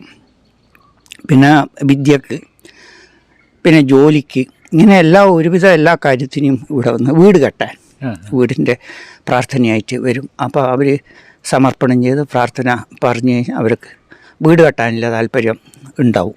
അതുപോലെ തന്നെ ഇങ്ങനെ പല കാര്യങ്ങളും ജോലിക്കും എല്ലാം പറഞ്ഞിങ്ങനെ മാറാത്ത ചില വ്യാധികൾ വന്ന് അവർ അനുഭവത്തിൽ ഉണ്ട്. എല്ലാം ഇതൊക്കെ അനുഭവത്തിൽ ഉള്ളതാണ്. പഞ്ചായത്തിൽ നിന്ന് തറ പൊളിച്ച് കെട്ടണം എന്ന് പറഞ്ഞ സമയത്ത് ഇവിടെ വന്ന് ചോദിച്ചു, എന്താണ് ഇപ്പോൾ തറ പൊളിച്ച് കെട്ടുന്നു കൊണ്ട് നിങ്ങളൊരു കാര്യം ഇവിടുത്തെ പൂജ കഴിച്ചിട്ട് നിങ്ങൾ പ്രാർത്ഥിച്ചിട്ട് പോട്, എന്നിട്ട് പഞ്ചായത്തിൽ പോയിട്ട് തറ പൊളിച്ച് കെട്ടിയെന്ന് പറ, അത് നിങ്ങൾക്ക് കിട്ടുക. അപ്പോൾ അന്നേരം പ്ലാൻ അവർ കൊടുത്തു. ആ സമയത്ത് ഇവർ ഈ മതിലൊന്നും പറക്കി വെച്ചിട്ടുണ്ടായിട്ടില്ല. അപ്പോൾ അവിടെയുള്ള കല്ല് എല്ലാം പറക്കിയിട്ട് ഞാൻ മതിൽ വെച്ച് കെട്ടാം, പറക്കി വെച്ചോ മതിൽ പോലെ ഒരു രൂപ ആക്കിയിട്ട് അതിർത്തി ആക്കി കൊടുക്കുക. അപ്പോൾ എന്നിട്ട് അവരോട് പറ പൊളിച്ച് കെട്ടി അങ്ങനെ കമ്പ്യൂട്ടർ കൊണ്ടുവന്ന് അവർ അങ്ങനെയുള്ള ചരിത്രങ്ങളുണ്ട്. അതുപോലെ പിന്നെ ഈ കുട്ടികളില്ലാത്തതും കുട്ടികളില്ലാത്തവർ 18 കൊല്ലം കഴിഞ്ഞിട്ട് കുട്ടികളില്ല എന്ന് പറഞ്ഞിട്ട് ഇവിടെ വന്ന് പ്രാർത്ഥിച്ചിട്ട് അവർക്ക് കുട്ടികളുണ്ടാവില്ലേ. അതുപോലെ കല്യാണം ജോലി ഇതൊക്കെ പിന്നെ ഇവർക്ക് കിട്ടിയിട്ടുണ്ട്. അതായത് പിന്നെ ഈ ഒരു മിലിറ്ററിക്ക് പോകണം എന്ന് പറഞ്ഞിട്ട് ഒരു അനിയൻ മിലിറ്ററി പോയിട്ടുണ്ട്, ജ്യേഷ്ഠനും പോകണമെന്ന് ആഗ്രഹം വന്നു. അങ്ങനെ ജ്യേഷ്ഠനെ എല്ലാം പരിശോധിച്ചിട്ട് ജ്യേഷ്ഠന എടുക്കുന്നില്ല. അന്ന് സംഗതി വിരൽ ഇങ്ങനെ നീർത്ത് പിടിക്കുമ്പോൾ ഒരു ഈ മോതിര വിരൽ ബറ വരുന്നു. അങ്ങനെ ദൂരെ കഴിച്ചില്ല. അങ്ങനെ അമ്മ വന്ന് ചോദിച്ച സമയത്ത് പറഞ്ഞു, അവനെ കാണണം, ഇവിടെ ഒന്നൊന്ന് കാണട്ടെ, അവൻ്റെ ഇതൊന്ന് ആദ്യം കണ്ടതിന് ശേഷം പറയാം. അപ്പോൾ ഡോക്ടർ പറഞ്ഞത് ഞരവിൻ്റെ തകരാറൊന്നും നേരെ ആവില്ല എന്ന് പറഞ്ഞു. എന്നാൽ പിന്നെ ഏതായാലും ഞരവിൻ്റെ എന്നല്ലേ പറഞ്ഞ്, ഏതായാലും ഇങ്ങോട്ട് ഒന്ന് വരട്ടെ, അവന് യോഗ്യത എത്രാണ്ടുണ്ട്, മിലിറ്ററിക്കാരനാണെന്നോ ഒന്ന് നോക്കാം. അപ്പോൾ ഇവിടെ അവൻ വരുന്ന സമയത്ത് അവൻ മിലിറ്ററിയുടെ ഒരു പവറുള്ള ഒരു ചെറുപ്പക്കാരനാണ്. അത്രയും വയസ്സായിട്ട് 10-22 വയസ്സായിട്ട് ഞാൻ പറഞ്ഞു ഏതായാലും 21 ദിവസം ഇവിടെ വന്ന് പ്രാർത്ഥന ചെയ്യണം, നെയ്വിളക്ക് വെച്ച് പ്രാർത്ഥിച്ചാൽ മതി. നെയ്വിളക്ക് വന്ന് പ്രാർത്ഥിച്ച് കഴിയുമ്പോഴേക്കും നിൻ്റെ ആ കൈക്കത്തെ അസുഖം ഭേദമാവും, ദൂരക്കയറ്റും കിട്ടും. അതുപോലെ ഇവിടെ വന്ന് പ്രാർത്ഥിച്ചു. 21 ദിവസം കഴിഞ്ഞിട്ടാകുമ്പോഴേക്ക് പിന്നെ ഏതായാലും ഓന് വേറൊരു മദ്രാസിൽ നിന്ന് വിളിച്ചു. ലാസ്റ്റ് കാണുന്നത് മദ്രാസിൽ നിന്ന് വിളിച്ച് മദ്രാസിലേക്ക് പോയി. അന്നേരത്തെ അമ്മയാന്ന് ഇവിടെ വന്ന് വിളക്ക് കൊളുത്തിയോ അവൻ്റെ പകരം. അപ്പോൾ പോയ ദിവസം അന്ന് ടെസ്റ്റിങ് ഇല്ല ദിവസമല്ല, പിറ്റേ ദിവസം ഞായറാഴ്ചയായി. അങ്ങനെ ഒരു ദിവസം അധികം നിൽക്കേണ്ടി വന്നു. അത് കഴിഞ്ഞ് പിറ്റേന് ടെസ്റ്റ് ചെയ്ത് എല്ലാം അവനെടുത്ത് എല്ലാം ഓക്കെയാണ്. എല്ലാം ഒന്നും തകരാറൊന്നും കൈക്ക് പറയുകയോ ഒന്നുമില്ല. അങ്ങനെ പരീക്ഷയ്ക്ക് പുസ്തകം അവിടുന്ന് കൊടുത്ത് വാങ്ങി വന്ന് ഇവിടെ വന്ന് പ്രാർത്ഥന പിന്നെയും ഇവിടെ വന്ന് പ്രാർത്ഥിച്ച് അവൻ മിലിറ്ററിയിലുണ്ട്. ഇപ്പം 3 കൊല്ലമായി. വന്നപാട് രണ്ടാമത് പോകുമ്പോഴേക്ക് ഇവിടെ വന്നിട്ടേ പോകുമല്ലോ. അതുപോലെ തന്നെ കൂട്ടത്തിൽ ഇതിൽപ്പെട്ട കുറച്ച് ഒരു 5 ആൾ ഒന്നിച്ച് പോയിട്ടുണ്ടായി. അതിൽ ഒരാളെ എടുത്തില്ല. അപ്പോൾ മറ്റൊരു നിങ്ങൾ നാഗത്തടത്തിൽ പോയിഞ്ഞാ അവിടെ പ്രാർത്ഥിക്ക്, അവർക്കും കിട്ടി. ഇവിടെ വന്ന് പ്രാർത്ഥിച്ചതിന് ശേഷം അതും കിട്ടി. അതും കിട്ടി. അസുഖങ്ങളും മാറുന്നുണ്ട്, പിന്നെ ഇങ്ങനെ ജോലിയും കിട്ടുന്നുണ്ട്, വീടും ആക്കാനുള്ളവർക്ക് വീടും ആക്കാൻ സാധിക്കുന്നുണ്ട്. ഇതേപോലെ കാപ്പാട് ഒരു സ്ഥലത്ത് ഒരു പെണ്ണുങ്ങൾക്ക് 4 സെൻറ്റ് സ്ഥലം പാർട്ടീഷൻ ചെയ്തിട്ട് 4 ആൾ ഒരാൾ വിൽപ്പന ചെയ്യുന്ന സമയത്ത് റോഡില്ലാണ്ട് ഇവർ ബാങ്കിൽ നിന്ന് ലോൺ കൊടുക്കില്ല. അങ്ങനെ റോഡ് ചോദിച്ച സമയത്ത് പിന്നെ രണ്ടാൾ പറഞ്ഞു തകരാനാവില്ല, നീ എന്തിനാ ആ സ്ഥലം എടുത്ത് നമ്മളെ പിന്നെ അവിടെ ചോദിക്കാണ്ടെടുത്തതല്ലേ. അപ്പോൾ ഇവൾ വലിയ വേദനയിലേ പറഞ്ഞു, നമുക്ക് ഈ 4 സെൻറ്റ് സ്ഥലം എടുക്കാനുള്ള കഴിവേ ഉള്ളൂ, വേറെ ഒരു ദിക്കിൽ നമുക്ക് ഇതുപോലെ കിട്ടിയിട്ടുമില്ല. അപ്പോൾ എനിക്ക് ഉദ്ദേശിച്ച വിളക്ക് കിട്ടി, ഞാൻ എടുത്തു. റോഡില്ലെങ്കിലും എന്തെങ്കിലും ഭഗവാൻ കാണുമല്ലോ എന്നാണ് കാര്യം എടുത്തു. അങ്ങനെ ഇവിടെ വന്ന് പ്രാർത്ഥന വെച്ച് വെച്ചാൽ വലിയ വിഷമത്തോടെ പ്രാർത്ഥിച്ചതാ. അങ്ങനെ പ്രാർത്ഥിച്ച് പൂജയെല്ലാം കഴിഞ്ഞിട്ടാകുമ്പോൾ ഞാൻ പറഞ്ഞു ഈ പ്രസാദം എല്ലാം കൊടുത്ത് പോകുന്ന സമയത്ത് ഒരാൾ ബാക്കിയില്ലേ ചോദിക്കാൻ, ആ ആളോട് ചോദിക്കുന്നു. ഒരാൾ ബാക്കി, അതെ, ഒരാളുടെ ബാക്കി ചോദിക്കാൻ ബാക്കിയുണ്ട്. അങ്ങനെ ഒരാളോട് ആ 3 ആളുടേതായിരുന്നു. അതിൽ ഒരാൾ അവിടെ ചോദിച്ചുതരാൻ പറഞ്ഞു, അത് ശരിയാന്ന്, നിങ്ങൾക്ക് കിട്ടണമെങ്കിൽ റോഡ് വേണം, വേറെ ഒരു ഗതിയില്ലെങ്കിൽ ഇതിപ്പോൾ വിൽക്കാന്ന് വെച്ച് കഴിഞ്ഞാൽ അതും ആവില്ല, പിന്നെ വേണ്ടാത്തത് കൊണ്ടല്ലേ എല്ലാവരും വിറ്റിന്. ഏതായാലും ഒരു കാര്യം ചെയ്യാം, കാട് കൊത്തിയിട്ട് റോഡാക്കിയിട്ട് വീട് കെട്ടിക്കഴിഞ്ഞാൽ ഞാൻ നടക്കും. ആയിക്കോട്ടെ, അതിന് തിരക്കടൊന്നുമില്ല, നമുക്ക് വീട് കെട്ടേണ്ട ആവശ്യമേ ഇല്ലൂ എന്ന് പറഞ്ഞു. അങ്ങനെ വീട് കെട്ടി, റോഡായി വീട് കെട്ടി. അത് കുറച്ച് ദിവസം കഴിയുമ്പോൾ അത് പഞ്ചായത്ത് റോഡായി മാറി. റോഡിന് സ്ഥലം ചോദിക്കാതെ പിന്നീട് അത് പഞ്ചായത്ത് റോഡായിട്ട് മാറി. അവിടുന്ന് കുറേ വേറെ ആൾക്കാർ ആവശ്യപ്പെട്ടു. അങ്ങനെ അവിടുന്ന് അങ്ങോട്ട് മേലോളം റോഡ് പോയി, ഇന്ന് പഞ്ചായത്ത് റോഡാണ്. അപ്പോൾ ഇവിടെ വന്നിട്ട് മനസ്സൊരുക്കിയിട്ട് പ്രാർത്ഥിച്ചാല് കാര്യങ്ങളെല്ലാം നടക്കും. ഇവിടുത്തത് വ്രതശുദ്ധിയോടുകൂടിയിട്ട് വേണം വരാൻ. കാരണം മത്സ്യമാംസാദികൾ 2-3 ദിവസം മുമ്പേ കഴിക്കാതെ കണ്ട്, അതുപോലെ വഴിക്കുന്ന മൂത്രമൊഴിച്ചാൽ വിസർജിച്ചാൽ കഴുകണം. അങ്ങനെ കഴുകി കാല് കഴുകാൻ ഇവിടെ വെള്ളമുണ്ട്. അങ്ങനെ വിസർജിച്ചാൽ കഴുകിയിട്ടാണ് ഇവിടെ പ്രാർത്ഥിക്കേണ്ടത്. അങ്ങനെയുള്ളവർ പ്രാർത്ഥിച്ചു കഴിഞ്ഞാൽ എന്തായാലും ആ ഫലം കിട്ടും. അപ്പോൾ എന്തായാലും നാഗത്തിൽ വളരെ ശുദ്ധിയോട് കൂടിയിട്ട് വേണം പ്രാർത്ഥന. അതിന് കൈ ഇടുവാനോ വിരൽ കടിക്കാനോ പിന്നെ ടവോല് കടിക്കാനോ പൈസ നക്കി മറിക്കാനോ ഇതൊന്നും പാടില്ല. കാരണം അത് അത്രയും ഇതായിട്ട് വേണം ഇവിടുത്തെ കാര്യങ്ങൾ ചെയ്യുന്നത്. ഇവിടുത്തെ കുളിച്ചിട്ട് നമ്മൾ അത് തന്നെ പൂജാരി ആയിക്കഴിഞ്ഞാൽ പൂജാരി ഏടുന്ന് വന്നു കഴിഞ്ഞാലും അത് ആ വെള്ളത്തിൽ നിന്ന് കുളിച്ചിട്ട് വേണം ഇതിൽ കയറാൻ. താഴ്ന്ന് അത് ചളിയെങ്കിൽ ചളി എന്തായിട്ടും അതിൽ നിന്ന് കുളിച്ച് മേലോട്ട് കയറണം. എല്ലാ വസ്ത്രങ്ങളും അവിടെ താഴത്ത് മാറ്റി വെച്ചോളുക. മുങ്ങിക്കുളിച്ച് കയറി ഇവിടെ തലേ ദിവസത്തെ വസ്ത്രം മുങ്ങിക്കുളിച്ച് ഇട്ട വസ്ത്രം ഉണ്ടാവും, അത് എടുത്തു കൊടുത്തോളാം, പൂജ അയച്ചോളാം. അതാണ് തോർത്ത് കൊണ്ട് കൊടുക്കുന്നത്. ഇതാകുമ്പോൾ ബില്ലമുണ്ടാകുമ്പോൾ ആ ചളിയും വെള്ളത്തിൽ മുക്കാനും പിന്നെ ഇതെല്ലാം ആറിയിടാനും ഉണങ്ങാനൊക്കെ വിഷമമുണ്ട്. വേനൽ വർഷം അത് ഇതായി കഴിഞ്ഞാൽ പിന്നെ പ്രശ്നമില്ലല്ലോ. തോർത്ത് മുണ്ട് വന്ന് ഇവിടെ അത്രയും ആവശ്യമില്ലല്ലോ. അങ്ങനെ പല ആൾക്കാരും ഈ പ്രാർത്ഥനകൾ ചെയ്യുന്നുണ്ട്. അതുപോലെ ഇവിടുത്തെ വെള്ളം ജപിച്ച് ഇത് ഒഴിച്ചു കഴിഞ്ഞാൽ അവരെ ചില വ്രണങ്ങളൊക്കെ മാറുന്നുണ്ട്. ദേഹം മുഴുവനും അസുഖങ്ങൾ ഈ മധുരക്കിഴങ്ങ് പുഴുങ്ങിയതുപോലെ ഒക്കെ ഈ പൊള്ളിയിട്ടും പിന്നെ ഇങ്ങനെ തെൻകിൽ മേല് ഇങ്ങനെ തോല് പൊളിയുന്നതും ഇതൊക്കെ വരുന്നുണ്ട്. പല ചൊറി പോലെ ഉള്ളത്, വെള്ളം ഒലിക്കുമ്പോൾ ചൊറി പോലെ, ഇതൊക്കെ ഇവിടുത്തെ പൂജ കഴിഞ്ഞ് ഇവിടുത്തെ ആ കലശവെള്ളം ഒഴിച്ചു കഴിഞ്ഞാൽ മാറിക്കിട്ടും. കുറച്ച് അത് അങ്ങനെയുള്ളതും ഉണ്ട്. അങ്ങനെയുള്ള പിന്നെ അനുഭവം ധാരാളമുണ്ട്. അപ്പൊ അങ്ങനെയാണെങ്കിൽ വിശ്വാസവും വേണം. വിശ്വാസത്തിന്റെ ഒപ്പം നമ്മൾ മെയിനായിട്ട് വ്രതം എടുക്കണം. അത് 2-3 ദിവസം മുന്നേ മത്സ്യമാംസാദികളെല്ലാം കഴിക്കാൻ പാടില്ല. അതുപോലെ മൂത്രം ഇങ്ങനെയുള്ള വിസർജനം ചെയ്ത് കഴിഞ്ഞാൽ അത് ക്ലീൻ ചെയ്തിട്ട് ഇങ്ങോട്ട് വരാം. അതെ അത്രേ പാടുള്ളൂ. ശുദ്ധിയോട് കൂട്ടിയിട്ട് വേണം ഇവിടെ. അതായത് ഈ കാണുന്ന കാട് മുഴുവനും നാഗം ഉള്ള സ്ഥലമാണ്. ആ തോട് ഇങ്ങോട്ട് കടന്നു കഴിഞ്ഞാൽ മുഴുവൻ നാഗം സഞ്ചരിക്കുന്ന സ്ഥലമാണ്. ഇപ്പോഴായിട്ടാണ് ഇങ്ങനെ പടയൊക്കെ കിട്ടിയത്. മുമ്പ് ഇതിൻ്റെ ഇടയ്ക്ക് കുടിച്ച മറ്റുള്ള ആരും വരില്ല. കാരണം ഇതില്ലല്ലോ, ഇവർ എപ്പോഴും സ്റ്റെപ്പൊന്നുമില്ല മുമ്പ്. ഇപ്പോഴായിട്ട് സ്റ്റെപ്പ് അത്രയായിട്ടില്ല. ഇത് ഒരു വന്ന ഒരു 45-50 കൊല്ലം ആയിട്ടുള്ളൂ ഈ സ്റ്റെപ്പ് ആയിട്ട്. അതിനു മുമ്പ് ആരും ഇങ്ങോട്ട് പ്രവേശിക്കില്ല. ആരും ഇങ്ങോട്ട് വരാതെ കണ്ടിരുന്നാൽ നമുക്ക് വലിയ പണിയാണ്. അങ്ങോട്ട് കൊണ്ടുപോയിട്ട് പ്രസാദവും തീർത്ഥവും കൊടുക്കണ്ടേ. അതുകൊണ്ട് ഇപ്പം ഇങ്ങോട്ട് വരുന്നതുകൊണ്ട് നമുക്ക് ലേശം എളുപ്പമുണ്ട്. വേറൊരു കാര്യമുണ്ട്, നമ്മൾ ഭക്തർ എന്ന് പറഞ്ഞാൽ വന്നിട്ട് ഇവിടം വരെ നമ്മൾക്ക് അത്ര പ്രവേശനമില്ല. അകത്ത് പ്രവേശനമില്ല. വീഡിയോ എടുക്കാനും ഒന്നും പാടില്ല. വീഡിയോ എടുക്കാനോ ശബ്ദങ്ങളോ ഒന്നും പാടില്ല. പാടില്ല. അതെ. കുറെ സ്ഥാനങ്ങളുണ്ട്. ഗണപതിയുണ്ട്. വലത്ത് ഭാഗത്ത് നിൽക്കുന്നത് ഗണപതിയാണ്, ശിവനാണ്.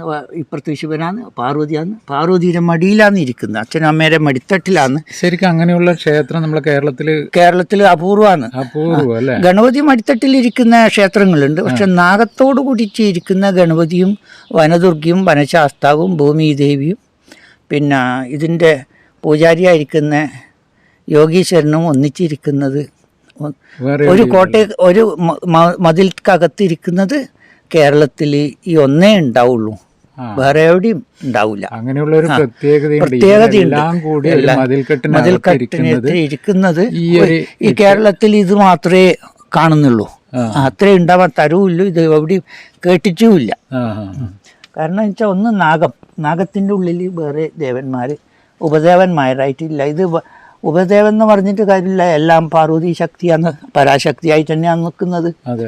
ഒന്ന് വനദുർഗയാണ്, ദുർഗപാർവതിയാണ്.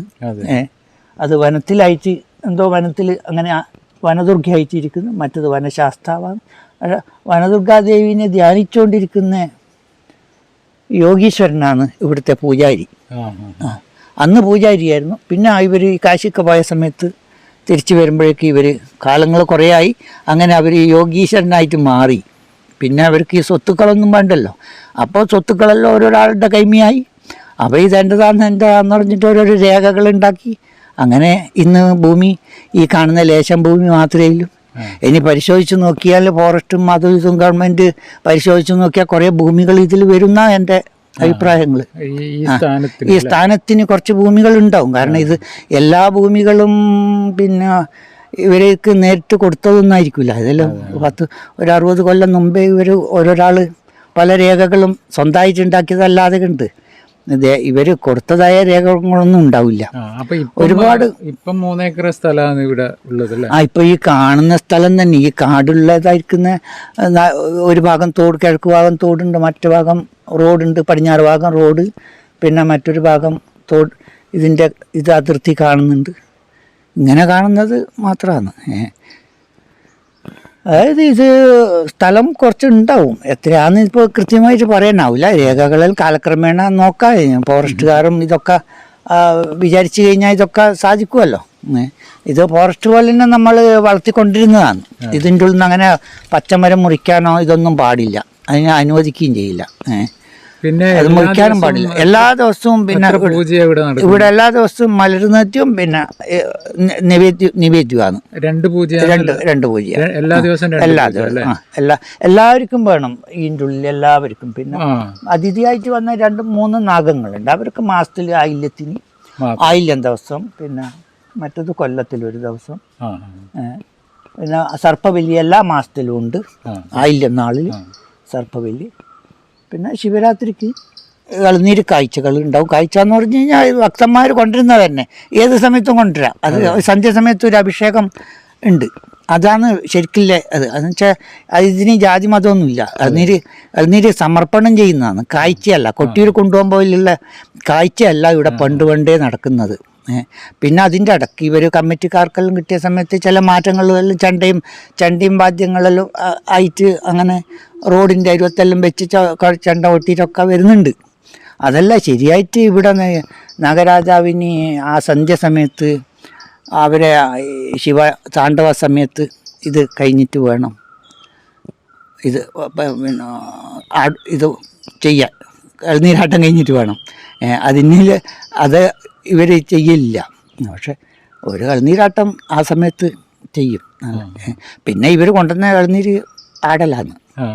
കഴിയുന്നത്രയും നേരത്തെ കൊണ്ടുവരുന്നതാണ് ഇളനീര് കൊണ്ടുവരുന്നവർക്ക് ഏറ്റവും അതിലായിരിക്കുന്ന കൊണ്ടുവന്നതായിരിക്കുന്ന ഗുണം കിട്ടണമെങ്കിൽ ശരിയായിട്ട് ആ സന്ധ്യസമയം ആകുമ്പോഴേക്ക് എന്നുവെച്ചാൽ ശിവരാത്രി സമയത്ത് രാത്രി സമയത്ത് നടക്കരുതെന്നാണ്. ഒരു മുള്ളോ എന്തെങ്കിലും കല്ലോ എന്തെങ്കിലും തട്ടിപ്പോയാൽ അത് വിഷത്തിന് തുല്യമായിട്ട് മാറും. ശിവരാത്രി സമയം, പ്രദോഷ സമയം, ഇങ്ങനെയുള്ള സമയത്തെല്ലാം മുള്ള്, കല്ല്, മുറിവ് ഇതൊന്നും ആവാൻ പാടില്ല. സന്ധ്യാസമയത്ത് ഭക്ഷണം കഴിക്കുക അതൊന്നും പാടില്ലാത്തതാണ്. ശിവരാത്രി സമയത്ത് പ്രദോഷം, ശിവരാത്രി അതെല്ലാം വിഷത്തിന് തുല്യമായിട്ട് വരും. അത് അന്നേരത്ത് നേരത്തെ ഇളനീര് കൊണ്ടുവന്നിട്ട് ഇവിടെ വെക്കാമെന്ന് വെച്ച് കഴിഞ്ഞാൽ നേരത്തെ ഇളനീരാട്ടം കഴിക്കാം. സന്ധ്യാസമയത്ത് ഭക്തന്മാരുണ്ടാവും. ഓരോരാൾ ഇളനീര് കൊണ്ടുവന്നിട്ട് അത് അഭിഷേകം ചെയ്യാനും അവർക്ക് പിന്നെ പൂജിച്ച് ഇല്ല, എല്ലാ ദിവസവും ഇല്ല. ഇവിടെ ശിവരാത്രി അയച്ചു ആയില്യത്തിന് മാത്രമേ ഉള്ളൂ. രാത്രി ഇല്ലത്തെ പൂജ അത്രയേ ഉള്ളൂ. ശിവരാത്രിക്കും ആയില്യത്തിന് മാത്രം. മറ്റെല്ലാം ദിവസവും ഒരു 10 മണി മുതൽക്ക് 12:30 വരെ ഉണ്ടാവും. എല്ലാ സമയവും ഉണ്ടാവും. അങ്ങനെ വരുന്നവര് ഓർത്തിട്ട് ഒരു 10 മണി 11 മണിക്ക് എത്തിയാൽ മതി. എന്നാ സുഖം, അധിക സമയം ഇരിക്കണ്ട ഇവിടെ. പക്ഷെ ഇവിടുത്തത് എങ്ങനെയാന്ന് വെച്ച് കഴിഞ്ഞാൽ നേരത്തെ വന്നിട്ട് ഇവിടെ പ്രാർത്ഥിച്ചിട്ട് അവനെ പ്രാർത്ഥനയായിട്ട് ഇരിക്കാം. അങ്ങനെയാണ്. അങ്ങനെയുള്ള ഒരു സ്ഥലമാണിത്. പിന്നെ ഇത് എങ്ങനെ ഈ നാഗത്തടം ആയി എന്ന് ചോദിച്ചു കഴിഞ്ഞാൽ അവിടെ കാണുന്ന ആ തറയുണ്ടല്ലോ, അത് യോഗീശ്വരന്മാര് പിന്നെ തപസ് ചെയ്ത സ്ഥലമാണ്. അങ്ങനെ തപസ് ചെയ്തിട്ടാണ് ശിവനും പാർവതിനെയും പിന്നെ കൈലാസനാഥന പ്രത്യക്ഷമാക്കിയ സ്ഥലമാണ്. അങ്ങനെ അതാണ് ഈ നാഗമായതുകൊണ്ടാണ് ഇത്ര ദൂരത്ത് ആ തറ. അവിടുന്ന് ദൂരത്തെ നാഗം അല്ല, ഈ തറ കുളത്തിൻ്റെ അടുത്തുള്ള തറ ധ്യാന മണ്ഡപമാണത്. ധ്യാന മണ്ഡപം യോഗിമാർ തപസ്സിരുന്ന സ്ഥലമാണ്. അതിന് ചെറിയൊരു പാട്ടെല്ലാം ആക്കിയിട്ടുണ്ട്. അത് നമുക്ക് പിന്നെ കടലാത്തുണ്ടെങ്കിൽ പാടാം. എന്തായാലും കുറച്ച് കാര്യങ്ങള് തിരുമേനി പറഞ്ഞു. പിന്നെ ഇത് ഈ കാണുന്ന വെള്ളികളെല്ലാം ഔഷധായ വെള്ളികളാ. ഔഷധ ചെടികളാണ് മുഴുവനും. അതങ്ങനെ ഉള്ളത് ഇതെല്ലാം ഔഷധ ചെടികളാണ് ഈ കാണുന്ന ഇതിലെല്ലാം. ധാരാളം ഔഷധ ചെടികളാണ് ഈ വള്ളികളൊക്കെ ഔഷധമായ വെള്ളി വൃക്ഷങ്ങളാണ്, എല്ലാം പാലുള്ള വള്ളികളാണ്, പാലുള്ള വൃക്ഷങ്ങളാണ്. അത് നാഗത്തിന് അതുപോലെ തന്നെ നാഗത്തിൽ ഇങ്ങനെ പുഷ്പവൃഷ്ടിയായിട്ട് ഇങ്ങനെ വീഴാനുള്ള നാഗരാജാവിന് എപ്പോഴും പുഷ്പാഞ്ജലി ആയിക്കൊണ്ട് ഇരിക്കുന്ന ഒരു സ്ഥലമാണ്. നല്ല വാസന പൂക്കൾ ഇതൊക്കെ ഇതിൻ്റെ ഇതായിരിക്കുന്ന ഇത് ആണ്. ഇതിൻ്റെ ഒരു നാഗത്തിലേക്ക് വേണ്ടുന്നതാണ് അതൊക്കെ. വേണ്ടുന്ന എല്ലാ കാര്യങ്ങളും ഇവിടെ തന്നെയുണ്ട്. ഇവിടുന്ന് ഔഷധം അങ്ങനെ ചില സമയത്ത് പിന്നെ ഔഷധം പറിച്ചിട്ട് കൊടുക്കേണ്ടി വന്നിട്ടുണ്ട് പണ്ട് കാലങ്ങളിൽ. അത് അസുഖത്തിന് അത് ഇവിടുന്ന് നാഗം തന്നെ കാണിച്ചു കൊടുക്കണം, എന്നാലേ പറിച്ചു കൊടുക്കാൻ പറ്റൂ. അതുണ്ട്, നാഗം തന്നെ പോയിട്ട് കാണിച്ചു കൊടുക്കും. അങ്ങനെയൊക്കെ നടന്നിട്ടുണ്ട് ഇവിടെ പണ്ട്. ഭേദാവാത്തത് യാതൊരു രക്ഷയുമില്ല, മരണം ആയി എന്ന് പറഞ്ഞ് അങ്ങനെ അവർ രാശി വെച്ച് നോക്കി 21 ദിവസം നിങ്ങൾ വ്രതം എടുക്കണം എന്ന് പറഞ്ഞു. വ്രതം എടുത്തു. അപ്പോൾ കുട്ടിക്ക് അസുഖം വന്നിട്ട് 4 ദിവസമേ ഉള്ളൂ എന്നാണ് പറഞ്ഞു. അങ്ങനെ ഈ പള്ളിയിൽ പോയി വൈദ്യരെടുക്കാൻ വന്ന സമയത്ത് പറഞ്ഞു, വൈദ്യർ പറഞ്ഞു നിങ്ങൾ അവിടെ പോയി അവിടുന്ന് മരുന്ന് കൊണ്ടുവരണം, അവിടെ മരുന്നുണ്ട് എന്ന് പറഞ്ഞു. ഇവിടെ ഇതിൻ്റെ ഉള്ളിൽ മരുന്നുണ്ട്, നിങ്ങൾ അവിടെ പോയി. അങ്ങനെ വന്നിട്ടാകുമ്പോൾ ഇവിടുത്തെ പൂജാരി പറഞ്ഞു നമുക്ക് അങ്ങനെ പറിച്ചു തരാൻ മരുന്നൊന്നും പറ്റില്ല, നിങ്ങളൊരു കാര്യം ചെയ്യുക, അറിഞ്ഞു നോക്കിയിട്ട് രാശി വെച്ച് നോക്കിക്കഴിഞ്ഞാൽ എന്താ കാണുന്നത്. അപ്പോൾ രാശി വെച്ചിട്ട് പറഞ്ഞു 21 ദിവസം നിങ്ങൾ വെറുതെ എടുത്തിട്ട് പ്രാർത്ഥന വേണം എന്ന കാര്യങ്ങളൊക്കെ നടക്കുമെന്ന് പറഞ്ഞു. അങ്ങനെ അതാണ് അതിൻ്റെ അപ്പുറത്തുള്ള ഇത്, അതിനപ്പുറത്ത് കാണുന്ന അങ്ങനെ പ്രാർത്ഥന ചെയ്ത സ്ഥലമാണ്. അപ്പോൾ അങ്ങനെ പ്രാർത്ഥന ചെയ്ത് അവസാനം തിരുമേനോട് ചോദിച്ചു, എങ്ങനെ തിരുമേനി പോയിട്ട് പറിച്ചോന്ന് പറഞ്ഞു. ആദ്യം പോയി ഒന്നും കാണുന്നില്ല. രണ്ടാമത് പോയി കണ്ണടച്ച് പ്രാർത്ഥിക്കുമെന്ന് പറഞ്ഞു. കണ്ണടച്ച് പ്രാർത്ഥിക്കുമ്പോൾ ഒന്ന് കാണിച്ചു കൊടുത്തു, കണ്ണടച്ച് പറിച്ചോ എന്ന് പറഞ്ഞു. കണ്ണടച്ച് പറിച്ചു, അവിടെ കൊണ്ട് കൊടുത്തു. വൈദ്യർ ഇതിനൊന്നിച്ച് വേറെ ഒരു മരുന്ന് കൂട്ടി പിഴിഞ്ഞ് കൊടുത്ത് ഭേദമായി. അങ്ങനെ ഇവിടെ നമുക്ക് അനുഭവമുള്ളതാണെന്ന് ആ പെണ്ണുങ്ങൾ പറഞ്ഞതാണ്. നമുക്ക് അനുഭവമുണ്ട് എന്ന് ഈ ദിനേശനോട് പറഞ്ഞതാണ്, അനുഭവമുണ്ട്. അപ്പം അങ്ങനെ ഔഷധങ്ങൾ ഇവിടെയുണ്ട്. അത് അല്ലാതെ അങ്ങനെ നമുക്ക് വന്നപാട് ഔഷധം എന്ന് പറഞ്ഞിട്ട് പറിച്ചു കൊടുക്കാനൊന്നും പാടില്ല. അത് നാഗം തന്നെ കാണിച്ചു കൊടുക്കും ഭക്തന് ആണെങ്കിൽ. അങ്ങനെ ചരിത്രങ്ങളൊക്കെ ഉണ്ട്, പല ചരിത്രങ്ങളും ഉണ്ട്. അതുപോലെ ഇവിടെ അതെ, ഇവിടെ വിശ്വാസം ഇല്ലാതെ പകുതി വിശ്വാസം ഇല്ലവർ വന്നിട്ട് ഇവിടെ പാമ്പെല്ലാം ഉണ്ടാവുമോ എന്ന് ചോദിച്ചതേ ഉള്ളൂ. അന്നേരം ആ തറയുടെ മീത്ത ഒരു പാമ്പ്, ഈ ഓഫീസിൻ്റെ അടുക്ക ഒരു പാമ്പ് അവർക്ക് കാണിച്ചു ഒരു പെണ്ണുങ്ങൾക്ക്. അപ്പോൾ ഇവിടുന്ന് ബില്ല് മുറിക്കുമ്പോൾ പറഞ്ഞു, നിങ്ങൾ പ്രാർത്ഥിക്കാൻ വന്നാലേ നിങ്ങൾ അതൊന്നും ചോദിക്കേണ്ട, നാഗത്തിൻ്റെ സ്ഥലമല്ലേ, നാഗങ്ങളുണ്ടോയെന്ന് ചോദിക്കാനൊന്നുമില്ല. അപ്പം അന്നേരത്തെ ഇത് കണ്ടു, അത് കാണിച്ചു കൊടുത്തു. അതേപോലെ ഒരു കുട്ടിയും ചോദിച്ചിനി, ഇവിടെ പൂജ കഴിക്കുന്ന സമയത്ത് എന്തിനാച്ചാ ഇങ്ങനെയെല്ലാം കളിക്കുന്നത്, നമുക്ക് അവിടെ പോയി തോന്നൂടെ. അപ്പോൾ കുട്ടിയുടെ അച്ഛന് വിശ്വാസമുണ്ട്, കുട്ടിക്കും പകുതി വിശ്വാസമുണ്ട്. അപ്പോൾ വിശ്വാസമില്ലാത്ത ആൾക്കാർ ധരിപ്പിച്ചത് കൊണ്ട് ഇത് അന്ധവിശ്വാസമാണെന്ന് കുട്ടിക്ക് തോന്നി. ആ കുട്ടിക്ക് അങ്ങനെ പറയാൻ തോന്നി. കുട്ടി അപ്പം തന്നെ അവിടെ കുഴഞ്ഞ് വീണ് കൈയും കാലൊക്കെ ഇങ്ങനെ പിരിഞ്ഞ അതിലായി താഴെ കൊണ്ടുപോയി, അതിന് താഴെ കൊണ്ടുപോയി കസലിരുത്തി. അപ്പോൾ ദിനേശൻ കയ്യും കാലൊക്കെ ഒന്ന് തടവിച്ചു. അവിടുന്ന് ഒരു ഇളനീരെടുത്തിട്ട് വന്നു. ഇളനീരെടുത്ത് വന്നിട്ടാകുമ്പോൾ പറഞ്ഞു ഇതൊന്ന് പൂജിച്ച് തരണം, ഒരു കുട്ടിക്ക് ക്ഷീണമായിന്. അങ്ങനെ ഞാൻ അന്നേരത്ത് ഇവിടെ പൂജിച്ച ഇളനീരുണ്ട്. ഇത് മേലെ തറയമ്മ തന്നെ ഉണ്ട്. ഞാൻ പൂജിച്ച് കഴിഞ്ഞതേ ഉള്ളൂ. ഈ ഇളനീര് കൊണ്ടുപോയി കൊടുക്കുക പറഞ്ഞു. ആ ഇളനീര് കൊടുത്ത സമയത്ത് കുട്ടി പറഞ്ഞു എല്ലാം ഞാൻ കണ്ടു. കുട്ടി കാണുകയും ചെയ്തു അല്ലേ? കാണുകയും ചെയ്തു. ഇപ്പം എനിക്ക് വിശ്വാസമായി എന്ന് പറഞ്ഞു. അങ്ങനെയാണ്. ചില വിശ്വാസങ്ങൾ ഇല്ലെങ്കിൽ അവിശ്വാസം ആക്കും. ചില ആൾക്കാരൊക്കെ കണ്ടിരിക്കും. ഏതായാലും ഇത് ഒരു വല്ലാത്തൊരു ശക്തിയുള്ളൊരു സ്ഥലമാണ്. എന്തായാലും തിരുമേനി കുറേ കാര്യങ്ങൾ പറഞ്ഞു തന്നിട്ടുണ്ട്. പിന്നെ ഈ ആ കുളവുണ്ടല്ലോ, ആ കുളവും അങ്ങനെ ഈ കാണുന്ന ചളിയും വെള്ളവും ഇതെല്ലാം ആയാലും വെള്ളം അടിച്ച് വറ്റിക്കുന്നതല്ലാണ്ട് കുഴിക്കാനൊന്നും പാടില്ല, പുതിയതായിട്ട് കെട്ടാൻ പാടില്ല. അതുപോലെ ഈ കിണറും പുതിയതായി കെട്ടാനോ കുഴിക്കാനോ ഒന്നും പാടില്ല.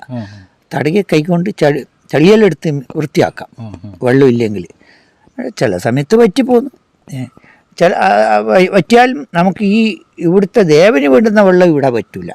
അത് നമുക്ക് ആ കുളത്തിനകത്തൊരു കിണറ്റുണ്ട്.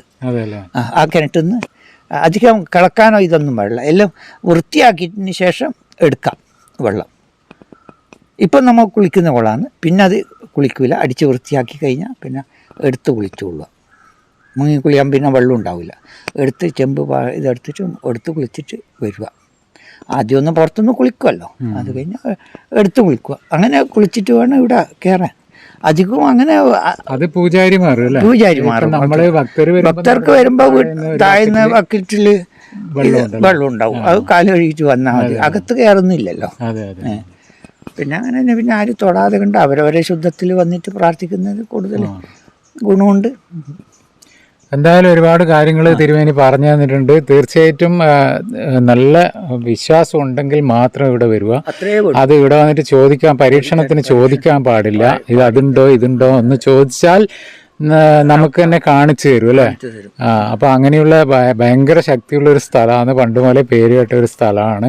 ഇപ്പം തിരുമേനി പറഞ്ഞു ഇവിടെ ഈ ഉഗ്ര വിഷം, അതായത് മരണത്തോടടുക്കുമ്പോൾ പോലും ഇവിടുന്ന് മരുന്ന് കൊടുക്കും. മരുന്ന് കൊടുക്കുന്നതെന്ന് പറഞ്ഞാൽ ഇവിടുത്തെ നാഗം തന്നെ കാണിച്ചു കൊടുത്തിട്ടാണ് ആ മരുന്ന് കൊടുക്കുന്നത്. അപ്പോൾ ആ മരുന്ന് കൊടുത്തിട്ട് ജീവൻ തിരിച്ചു കിട്ടിയ അവസ്ഥ ഉണ്ടെന്ന് ഇവിടെ വന്നിട്ട് തിരുമേനിയോട് പറയുകയും ചെയ്തിട്ടുണ്ട്. അങ്ങനത്തെ അനുഭവങ്ങൾ, ഒരുപാട് അനുഭവങ്ങളുണ്ട്. അപ്പോൾ എന്തായാലും അടുത്തൊരു വീഡിയോയിൽ വീണ്ടും കാണാം. അതുവരേക്കും എല്ലാവർക്കും നല്ലത് വരട്ടെ എന്ന് ആശംസിച്ചുകൊണ്ട് അല്ലേ തിരുമേനി? എല്ലാവർക്കും നല്ലത് വരട്ടെ. എന്തായാലും ആരും ഇങ്ങനെ ബുദ്ധിമുട്ടാതിരിക്കട്ടെ അല്ലേ?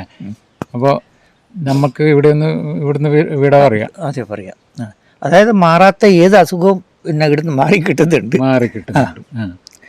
അതെന്ന് വെച്ചാൽ ഭക്തി മാത്രം, ഭക്തനിയും മാറിക്കിട്ടും. അതെ, നന്നായിട്ട് കുളിച്ച് 2 ദിവസം മുന്നേ പിന്നെ മത്സ്യമാംസം കഴിക്കാതെ ഇവിടെ വരിക. ഇവിടുന്ന് പിന്നെ 21 ദിവസം വരണോ വേണ്ടിയോ എന്ന് ഇവിടുന്ന് പറയും. അപ്പൊ അതിനുശേഷം നമ്മൾ അതേ വ്രതത്തില് ഒരു കുട്ടിയുണ്ടായിരുന്നു, ഡോക്ടറെല്ലാം ചികിത്സിച്ചിട്ട് കോഴിക്കോടായിരുന്നു കുട്ടി. അച്ഛനും അമ്മയും പിന്നെ ഉണ്ട്. കുട്ടി ചെറിയ 5 വയസ്സ് താഴെയുള്ള കുട്ടിയാ. അപ്പം ഇത് മാറുന്നില്ല, ഇത് വല്ലാതെ ചൊറിയുന്നു, രാവും പകലും ചൊറിച്ചില്ല. 6 മാസം ചികിത്സിച്ചതിന് ശേഷമാണ് ഇവിടെ എത്തുന്നത്. അപ്പോൾ അവരെ ഒരു ബന്ധപ്പെട്ട ഒരാൾ കാപ്പാടുണ്ട്, ഇവർ കോഴിക്കോടാണ്. അപ്പോൾ കാപ്പാടുള്ളവർ പറഞ്ഞു നിങ്ങൾ നാഗത്താടത്തിൽ പോയ ഇത് രക്ഷ കിട്ടും. അങ്ങനെ നാഗത്താടത്തിലേക്ക് നാഗത്താടത്തിൽ വന്നിട്ട് ഇവിടെ വന്ന സമയത്ത് ഞാൻ പറഞ്ഞു ഇവിടെ 21 ദിവസം പ്രാർത്ഥന വേണം. പക്ഷേ നിങ്ങൾ ഈ കോഴിക്കോടുള്ളവർക്ക് 21 ദിവസം പ്രാർത്ഥിക്കാൻ വലിയ പ്രയാസമാണ്. ഒരു 3 ദിവസം വിടാതെ കണ്ട് നിങ്ങൾ ഇവിടെ പ്രാർത്ഥിക്കണം. ഈ 3 ദിവസം നമ്മൾ ഇവിടുത്തെ പൂജിച്ച വെള്ളം നമ്മൾ ജപിച്ച് നിങ്ങൾ കുട്ടീരെ ദേഹ ഒട്ടാക വിടണം. അങ്ങനെ പിന്നെ ദേഹ ഒട്ടാക കുളിച്ചതുപോലെ ഒഴിച്ചു തരും. അങ്ങനെ 3 ദിവസം വിടാതെ കണ്ടുവന്ന് 3-ാം ദിവസം ഇത് കുട്ടി ഉറങ്ങി. പിന്നെ അതിനുശേഷം പൂജയും കഴിച്ച് എല്ലാം പിന്നെ ക്ലിയറായിട്ട്. അതേപോലെ മെഡിക്കൽ കോളേജിൽ പഠിക്കുന്ന കുട്ടികളുണ്ടായിരുന്നു പിന്നെ വിദേശത്ത്. അവർ കോഴിക്കോടുകാരാണ്. ഈ കോഴിക്കോടുള്ളവർക്ക് കണ്ണൂർ പരിചയക്കാരുണ്ട്. അങ്ങനെ ഈ കണ്ണൂരിലെ കുട്ടികൾക്ക് അറിയാം ഈ നാഗത്തടം എന്താന്ന്. അങ്ങനെ ഇത് വയറ്റിൽ പിന്നെ എപ്പോഴും വയറ്റുവേദന. ഈ വയറ്റുവേദനക്ക് ഡോക്ടർ ചികിത്സിച്ചോ സ്കാനിങ് നോക്കി എല്ലാം ഡോക്ടർ പറയുന്നു ഒന്നും തകരാറില്ല. പക്ഷേ വയറ്റുവേദന പോകുന്നില്ല.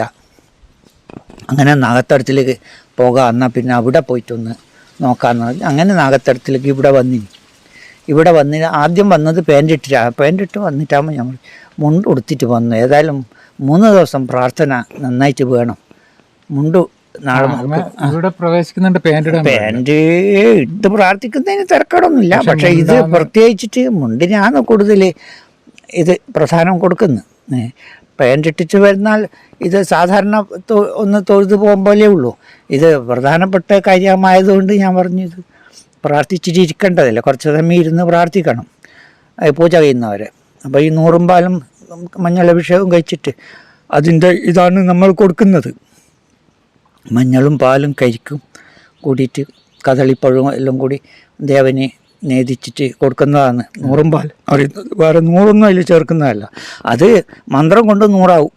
അങ്ങനെയാണ്. അത് 3 ദിവസം വിടാതെ കണ്ട് കഴിക്കാൻ പറഞ്ഞ് 3 ദിവസം കഴിച്ചു. ആദ്യം കഴിച്ച് പാൻറ് ഇട്ടിട്ടാണ് വന്നത്. 2-ാം ദിവസം പാൻറ് മാറ്റിയിട്ട് വന്നു, മുണ്ടായി. ആ ദിവസം ഇത് കഴിച്ച് വീട്ടിലേക്ക് എത്തുമ്പോഴേക്ക് വയറിളക്കം പോലെ തോന്നി.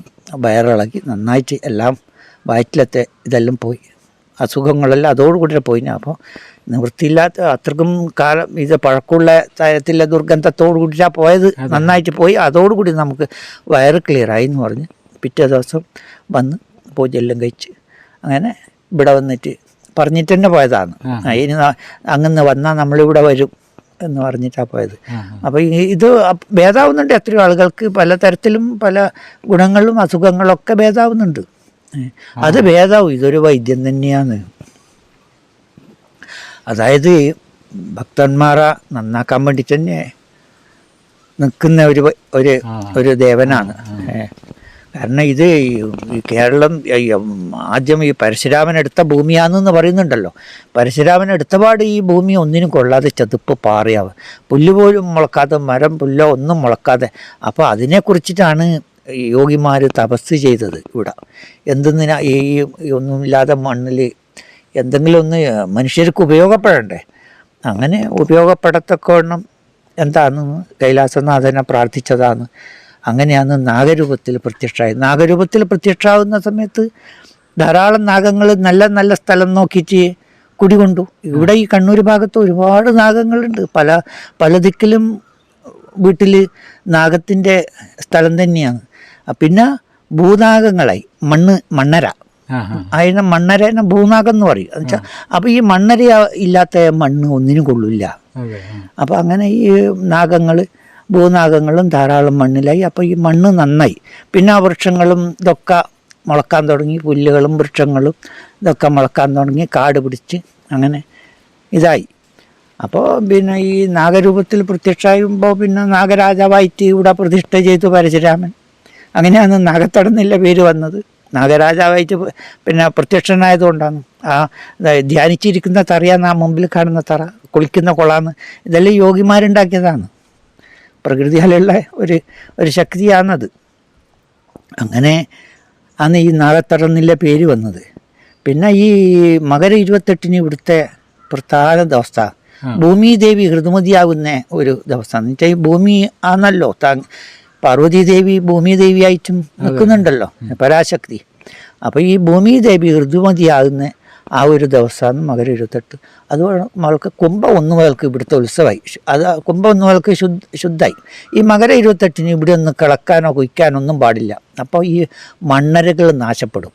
മണ്ണരകൾ നാശപ്പെട്ടാൽ നാഗദോഷം സംഭവിക്കും. അതിലും നാഗത്തിൻ്റെതായിരിക്കുന്ന ബിൽദൊക്കെ പെട്ടുന്ന് വരും. ആ ഒരു ദിവസമെങ്കിലും നമ്മളെ നാഗം നശിച്ചു പോലാന്നാണ് പിന്നെ മണ്ണര പറയുന്നത്. ആ ഒരു ദിവസം. അപ്പോൾ വെള്ളരി നട്ട് വെള്ളം ഒഴിക്കാം. അതെന്തുകൊണ്ട്? അപ്പം നല്ല വെയിലുള്ള സ്ഥലത്തെ വെള്ളരി നടൂ. അന്നേരം മണ്ണര മുഴുവൻ താഴോട്ട് മണ്ണിൻ്റെ അടിയിൽ പോയല്ലോ. മണ്ണിൻ്റെ അകത്തേക്ക് പോകുമ്പോൾ നാഗങ്ങൾ മുറിയുന്നില്ലല്ലോ. അതുകൊണ്ട് ആ പിന്നെ വെള്ളരിക്കാണ് ഭഗവാന് കണി വെക്കുന്നത്. കണിവെള്ളരി എന്ന് പറയുന്നത് മകര 28 നട്ടത് വിഷുവെള്ളരി ആയിട്ട് എടുക്കും. അപ്പോൾ അത് ഇങ്ങനെ ഓരോന്നിനും ഓരോരോ വഴിയായിട്ട് വരും. അപ്പോൾ ഇവിടെ അതുപോലെ തന്നെ കണിവെക്കലും സമ്പ്രദായമുണ്ട്. ഇവിടെ എല്ലാവരും കൊണ്ടുതരും. കണിവെക്കേണ്ട സാധനങ്ങളെല്ലാം കൊണ്ടുതരും. അത് കണിവെച്ച് ഇതാവും. പിന്നെ അതുപോലെ തന്നെ ഇവിടെ കണിവെക്കുന്ന നമുക്ക് ഭക്തർക്ക് കൈനീട്ടമൊക്കെ കൊടുക്കാം. അങ്ങനെ ഉണ്ട്, കൈനീട്ടവും കൊടുക്കലുണ്ട്. കണിവെച്ച് വിഷുവാകുമ്പോൾ ഇങ്ങോട്ട് വരുക അല്ലേ? അത് പിന്നെ നട അടക്കുന്നവരെ പിന്നെ ആൾക്കാരുണ്ടാവും. അധികവും ഈ എല്ലാ വീട്ടിലും ഈ വിഷു ഉണ്ടായതുകൊണ്ട് രാവിലെ തൊഴുതിട്ട് പോവും. ഇവിടെ പുറത്ത് ഈ ഭാഗത്തുള്ളവർ പുറത്ത് പോകുമ്പോൾ ഇവിടെ കയറി തൊഴുതിട്ടേ പോകും, പുറത്തേക്ക് പോകും.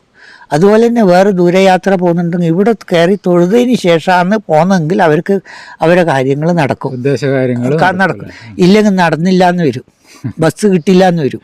ഇനിയിപ്പോൾ ഗുരുവായൂർ തന്നെ പോകുന്നെന്ന് വിചാരിച്ചോ, ബസ് കിട്ടിയില്ല എന്ന് വരും, വിചാരിച്ച സമയത്ത് എത്തൂല.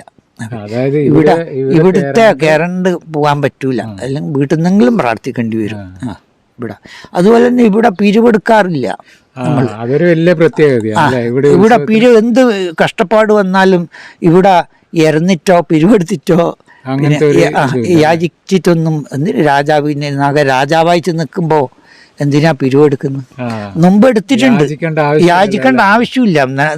രാജാക്കന്മാർക്ക് കാഴ്ചവെക്കലല്ലേ സാധാരണ. അതുപോലെ ഇവിടെയും അങ്ങനെ കാഴ്ചവെച്ചിട്ടുള്ള ഇതാണ്, സമർപ്പണം ചെയ്യലാണ്. ഓരോരോ കാര്യത്തിന് വേണ്ടി സമർപ്പണം പ്രാർത്ഥിക്കും, അത് ഉണ്ടാവും. സമർപ്പിക്കാൻ എല്ലാ ഭാഗ്യം കിട്ടും. എന്നുവെച്ചാൽ ജോലി ഉണ്ടെങ്കിൽ മാത്രമല്ലേ സമർപ്പിക്കാൻ കഴിയൂ. ഒരു ജോലിയില്ലാത്ത ഒരാൾക്ക് ഇവിടെ സമർപ്പിക്കണം എന്ന ആഗ്രഹം വരുമ്പോൾ ജോലി വേണം. അത് ഭഗവാൻ വിചാരിച്ചാൽ സാധിക്കൂ. എവിടെയോ ആ കടലാസ് കൊടുത്തു കഴിഞ്ഞാൽ ഏതെങ്കിലും ഒന്ന് കിട്ടായിക വരില്ല, അത് കിട്ടും. ഇതുവരെ എല്ലാവരും കിട്ടിയിട്ടുമുണ്ട്, കിട്ടിയ ആൾക്കാരെല്ലാം ഇവിടെ വന്നിട്ടുണ്ട്, സമർപ്പണവും ചെയ്തിട്ടുണ്ട്. അതുപോലെ തന്നെ കട്ടുപോയാൽ തന്നെ പെട്ടെന്ന് ഇവിടെ വിളിച്ചു വിരിച്ച അടുത്തുള്ളവരാണ് കട്ടതെങ്കിൽ സാധനം കൊണ്ടുപോകാനാവില്ല. അന്നേരം ഇവിടെ വന്ന ഒരു ഭക്തനിൻ്റെ സാധനം പോയിട്ടുണ്ടെങ്കിൽ എന്തായാലും അതിന് വിൽക്കാൻ പറ്റില്ല. അടുത്തുള്ളവരാണെങ്കിൽ അവിടെ നാഗം എത്തും. ഇവിടുത്തെ ഏത് സാധനവും കൊണ്ടുപോയ നാഗമ്മ ഇവിടെ ഉണ്ടാവും, അവിടെ എത്തും. തിരുമേനി പറയുന്നതെന്ന് പറഞ്ഞാൽ ഈ പ്രദേശത്ത് അല്ലെങ്കിൽ ഇവിടെ വന്ന് പ്രാർത്ഥിച്ച് ഈ പ്രദേശത്ത് നിന്ന് ആരെങ്കിലും മോഷണം നടത്തിയിട്ടുണ്ടെങ്കിൽ നാഗരാജാവിനെ വിളിച്ചു കഴിഞ്ഞാൽ ആ മോഷണ വസ്തു കച്ചവടം ചെയ്യാൻ പറ്റില്ല എന്നാണ്. കച്ചവടം ചെയ്യാൻ പറ്റില്ല. വീട്ടിൽ ഒന്നിക്കൽ വീട്ടിൽ നാഗത്തിനെ കാണും, വീട്ടിൽ തന്നെ കാണും. വീട്ടിൽ ചുമരിലും പായിലും ഇതൊക്കെ കാണാനായിട്ട് വരും. ഇതേപോലെ നമുക്ക് ഇവിടെ എടുത്ത ഒരു ഭൂമി ഉണ്ടല്ലോ, ഇവിടെ ഒരു സ്ഥലം നമുക്ക് വില പറഞ്ഞ് അഡ്വാൻസ് കൊടുത്തിന് 100 ഉറുപ്പ്യ അഡ്വാൻസ് കൊടുത്തിട്ടുള്ളൂ. ഇവിടുത്തെ മണ്ണ് അവിടെ നിന്ന് മണ്ണെടുത്ത് ഇവിടെ പൂജിച്ചിട്ട് അവിടെ കൊണ്ടുപോയി വെക്കുകയും ചെയ്തു. പൂജിച്ചു അഡ്വാൻസ് വാങ്ങിയിന് 100 ഉറുപ്പ്യ അഡ്വാൻസ് വാങ്ങിയിന്. അങ്ങനെ പിന്നെ ഒരാൾ മുടക്കം ചെയ്തു. അത് മുടക്കം ചെയ്ത സമയത്ത് അവരോട് പറഞ്ഞു, ദിനേശനെയും നമ്പൂരിക്കും ഈയുടെ സ്ഥലം എടുക്കാൻ എന്താ അധികാരമുള്ളത്, നിങ്ങൾക്ക് കൂടുതൽ വില കിട്ടും, നിങ്ങളിത് ഇപ്പോൾ കൊടുക്കണ്ട. അത് കൊടുക്കില്ല എന്ന് പറഞ്ഞു. അവർ ഇനി കൊടുക്കുന്നില്ല എന്ന് പറഞ്ഞ് പിന്നെ അതേപോലെ ആ ആൾ ഇപ്പോൾ ഒന്നും ബാക്കിയില്ല. അതുപോലെ വീട്ടിലും അങ്ങനെ പാമ്പ് കാണാൻ തുടങ്ങി. വീട്ടിൽ താമസം തന്നെ ഇല്ലയെന്ന് തന്നെ പറയാം. എപ്പോഴും പാമ്പിൻ്റെ ശല്യം ഉണ്ടാവും. ഇപ്പോൾ അവർ നശിച്ചുപോയി എന്നാണ് പറയുന്നത് കേട്ടത്. അതേപോലെ തന്നെ ഇപ്പോൾ ഇത് വിൽപ്പനയ്ക്ക് വേണ്ടി ബോർഡ് വെച്ച ആൾ ഇപ്പോൾ ഇല്ല, ബാക്കിയില്ല. ബോർഡ് വെച്ച് ഒരാഴ്ച കഴിഞ്ഞിട്ടുള്ളൂ. ഒരാഴ്ച കൊണ്ട് ആൾ മരണപ്പെട്ടു. അത് നമുക്ക് ഭഗവാന്റെ മുമ്പിൽ തന്നെ ഉള്ളതാണത്. ഇനി അത് ഭഗവാന്റെ സ്ഥലം തന്നെയാണോ അതും പറയാനൊന്നും ആവില്ല. നമ്മളത് വില കൊടുത്തിട്ട് എടുക്കാമെന്ന് ഉദ്ദേശിച്ചിട്ടുണ്ടായിരുന്നു ഒരിക്കൽ. പിന്നെ അതിനുശേഷം നമ്മൾ വേറെ ഒരു സ്ഥലം എടുത്തു, ഇനി തൊട്ടടുത്ത് തന്നെ. ഇനിയിപ്പോൾ അത് വില കൊടുത്തിട്ട് അങ്ങനെ പെട്ടെന്ന് എടുക്കേണ്ട ആവശ്യമില്ല, എടുക്കും, ക്രമേണ എടുക്കും. ക്ഷേത്രത്തിൻ്റെ മുമ്പിൽ നടയിൽ തന്നെ പെട്ടുപോയി. അത് മുമ്പിൽ തന്നെ ഉള്ള ഒരു സ്ഥലമാണ്, വഴി പോകേണ്ട സ്ഥലം എന്ന് പറഞ്ഞാൽ ശരിക്ക് കിടന്ന് നേരെ പോകുന്ന വഴിക്ക് ഉള്ള സ്ഥലം തന്നെയാണ്. വേറെ ഒന്നും അതിന് ബിൽഡിങ്ങൊന്നും ആക്കാനൊന്നും പറ്റില്ല, ഒന്നും ചെയ്യാൻ പറ്റില്ല. ഒന്നും ചെയ്യാം അല്ല, ഇങ്ങനെ വിറകോ അങ്ങനെ ഇതെല്ലാം കൊണ്ടുപോയിട്ട് ഇടുന്നല്ലാതെ കണ്ട് വേറെ കൂട്ടുപരിയോ പിന്നെ താമസ സൗകര്യം ഒന്നും ആക്കാൻ പറ്റില്ല. അതിന് യോഗ്യതപ്പെട്ടതല്ല ഇത്. ഇതിൻ്റെ നേരെ മുമ്പിൽ തന്നെ ആയിപ്പോയില്ലേ. ഭഗവാന്റെ മുമ്പിൽ, നാഗത്തിൻ്റെ മുമ്പിലും നാഗത്തിൻ്റെ ചുറ്റുപാടും ഒരു വീടും സ്ഥലവും എടുക്കുമ്പോൾ വളരെ ശ്രദ്ധിക്കേണ്ട കാര്യമുണ്ട്. കാരണം ഇവരെ സഞ്ചാരമുള്ളതും ഇവർ പണ്ടേ നോക്കുള്ള സ്ഥലമെല്ലാം ഉണ്ടാവും, അതൊന്നും എടുക്കാൻ പറ്റില്ല. തൽക്കാലമൊക്കെ ആദ്യമെല്ലാം എടുത്താൽ 10-12 കൊല്ലമൊന്നും പ്രശ്നം ഉണ്ടാവില്ല. അത് 12 കൊല്ലം തികയുന്ന സമയത്ത് ഓരോരോ പ്രശ്നങ്ങൾ ഇങ്ങനെ വരാൻ തുടങ്ങും. ആ സ്വസ്ഥത ഉണ്ടാവില്ല. വിചാരിച്ച തരത്തിലുള്ള കാര്യങ്ങളായിരിക്കില്ല നടക്കുന്നത്. എല്ലാം മാറ്റങ്ങളുണ്ടാവും, പല തരത്തിലുള്ള വിഷമങ്ങളുണ്ടാവും നാഗത്തിൻ്റെ അത് ശ്രദ്ധിക്കാതെ കണ്ടെടുത്തു കഴിഞ്ഞാൽ. ഏതായാലും പിന്നെ ഇത് ഒരു വല്ലാത്തൊരു ശക്തിയുള്ളൊരു സ്ഥലമാണ്. ഞാനിവിടെ 10-14 കൊല്ലമായിപ്പോൾ ഇതേപോലെ ഒരു ശക്തിയുള്ള സ്ഥലത്തു നിന്ന് തന്നെയാണ് ഞാൻ വരുന്നത്. എൻ്റെ താമസ സൗകര്യത്തിൻ്റെ അടുത്ത് തമ്പുരാമ്പന്തർ കൊലത്തപ്പെടുന്നിട്ട് ശിവനും പാർവതിയും സ്വയംഭൂവായിരിക്കുന്ന ഒരു ശിവപാർവതിയുണ്ട്. അതിൻ്റെ നേരെ തൊട്ടിട്ട് തന്നെയാണ് അതേ ഇതിനകത്ത് അത് 11 ഏക്കർ സ്ഥലമാണ്. നീലായി എന്ന് പറയുന്ന സ്ഥലം, പാലായി നീലായി എന്ന് പറഞ്ഞതിൻ്റെ ഇടയിലാണ്, അയ്യാങ്കുന്നത്ത്. അത് പരശുരാമൻ പ്രതിഷ്ഠിച്ചതാണ്. ഇതേപോലെയുള്ള ഒരിതാണ്. നാഗം ഇല്ലയെന്ന് മാത്രം. എന്നാൽ നാഗം ശിവൻ്റെ അവിടെയെല്ലാം ധാരാളം നാഗങ്ങളുണ്ട്. പക്ഷേ നാഗപ്രതിഷ്ഠയായിട്ടില്ല എന്നേ ഉള്ളൂ. അവിടെ ദുർഗയുണ്ട്, ദുർഗാദേവി, അതിൽ ഗണപതിയുണ്ട്. വലത്ത് ഭാഗത്തന്നെ ഇരിക്കുന്ന മടിയിലിരിക്കുന്ന ഗണപതി തന്നെയാണ്. നല്ല ശക്തിയുള്ള ദേവിയാണ്. സമുദ്രക്കാവലായിട്ട് നിൽക്കുന്നതാണ് പരശുരാമ പ്രതിഷ്ഠ. ഇത് ഈ 108 ദുർഗാലയത്തിൽ പെട്ടതാണത്. ആ ആ പക്ഷേ അതിന് മേലെ ഭാഗത്താണ് ശിവനും പാർവതിയും നിൽക്കുന്നത്. ഇത് വലത്ത് ഭാഗത്തായിട്ട് ഇടത്ത് ഭാഗത്തായിട്ട് തന്നെ പാർവതിയുടെ പിന്നെ ദേവിയുടെ ദുർഗയുടെ ഇടത്ത് ഭാഗത്ത് കുറച്ച് ബൈലായിട്ടാണ് നിൽക്കുന്നത്. അത് ശിവനും പാർവതിയും തന്നെ. എന്തായാലും ഒരുപാട് അറിവ് ഇത് പകർന്നു തന്നിട്ടുണ്ട്. പിന്നെ കൂടുതൽ പറഞ്ഞാൽ ഒരുപാട് ലോങ് ആവും വീഡിയോ. അതുകൊണ്ട് എന്തായാലും തൽക്കാലം ഇവിടുന്ന് വീട് വാങ്ങുന്നു. അപ്പൊ അടുത്തൊരു ദിവസം നമുക്ക് കാണാൻ തിരുമേനി. അടുത്ത ദിവസം വരവ് അറിഞ്ഞു കഴിഞ്ഞാൽ ഞാൻ ചെറിയൊരു പാട്ട് ഇതിൽ പാടാം. ഓ തിരുമേനി പാടുവോ? ഞാൻ എഴുതി വെച്ചിട്ടുണ്ട്. അല്ലാതെ പാടുവോ? ഓർമ്മ കിട്ടിയത് പാടാം. എന്തെങ്കിലും പാടിക്കോ? യോഗിമാർ ധ്യാനിച്ചു കൈലാസനാഥൻ നാഗരാജാവായി പ്രത്യക്ഷനായി. പാർവതീദേവിയും ഭൂമിദേവിയും നാഗരാജാവിൻ്റെ കൂടെയുണ്ട്. ഒക്കെ തിരിക്കുന്ന ഉണ്ണീ ഗണപതി തമ്പുരാനുണ്ട് വിഘ്നങ്ങൾ തീർത്തിടുവാൻ. നാഗരാജാവിൻ്റെ വാമഭാഗത്തായി വനദുർഗാദേവിയും വനശാസ്താവും. ദുർഗാദേവിയെ ധ്യാനിച്ചുകൊണ്ട് ബ്രഹ്മജ്ഞാനിയായൊരു യോഗീശൻ നാഗരാജാവിൻ്റെ മുമ്പിലുണ്ട്. ശംഭോ ശങ്കര ഗൗരീശ ശിവ ശംഭോ ശങ്കര ഗൗരീശ. താഴെയുള്ളൊരു ധ്യാനമണ്ഡപം യോഗിമാർ ധ്യാനിച്ചിരുന്നതാണ്. തൊട്ടടുത്തുള്ള കാട്ടിൻകുളത്തിൽ ഔഷധമായുള്ള തീർത്ഥജലം. എന്തായാലും ഇതും ഒരു അറിവ് തന്നെയാണ് തിരുമേനി പകർന്നു തന്നിട്ടുള്ളത്. തീർച്ചയായിട്ടും നമുക്ക് വീണ്ടും കാണാം. ഇപ്പം തൽക്കാലം ഞാനിവിടുന്ന്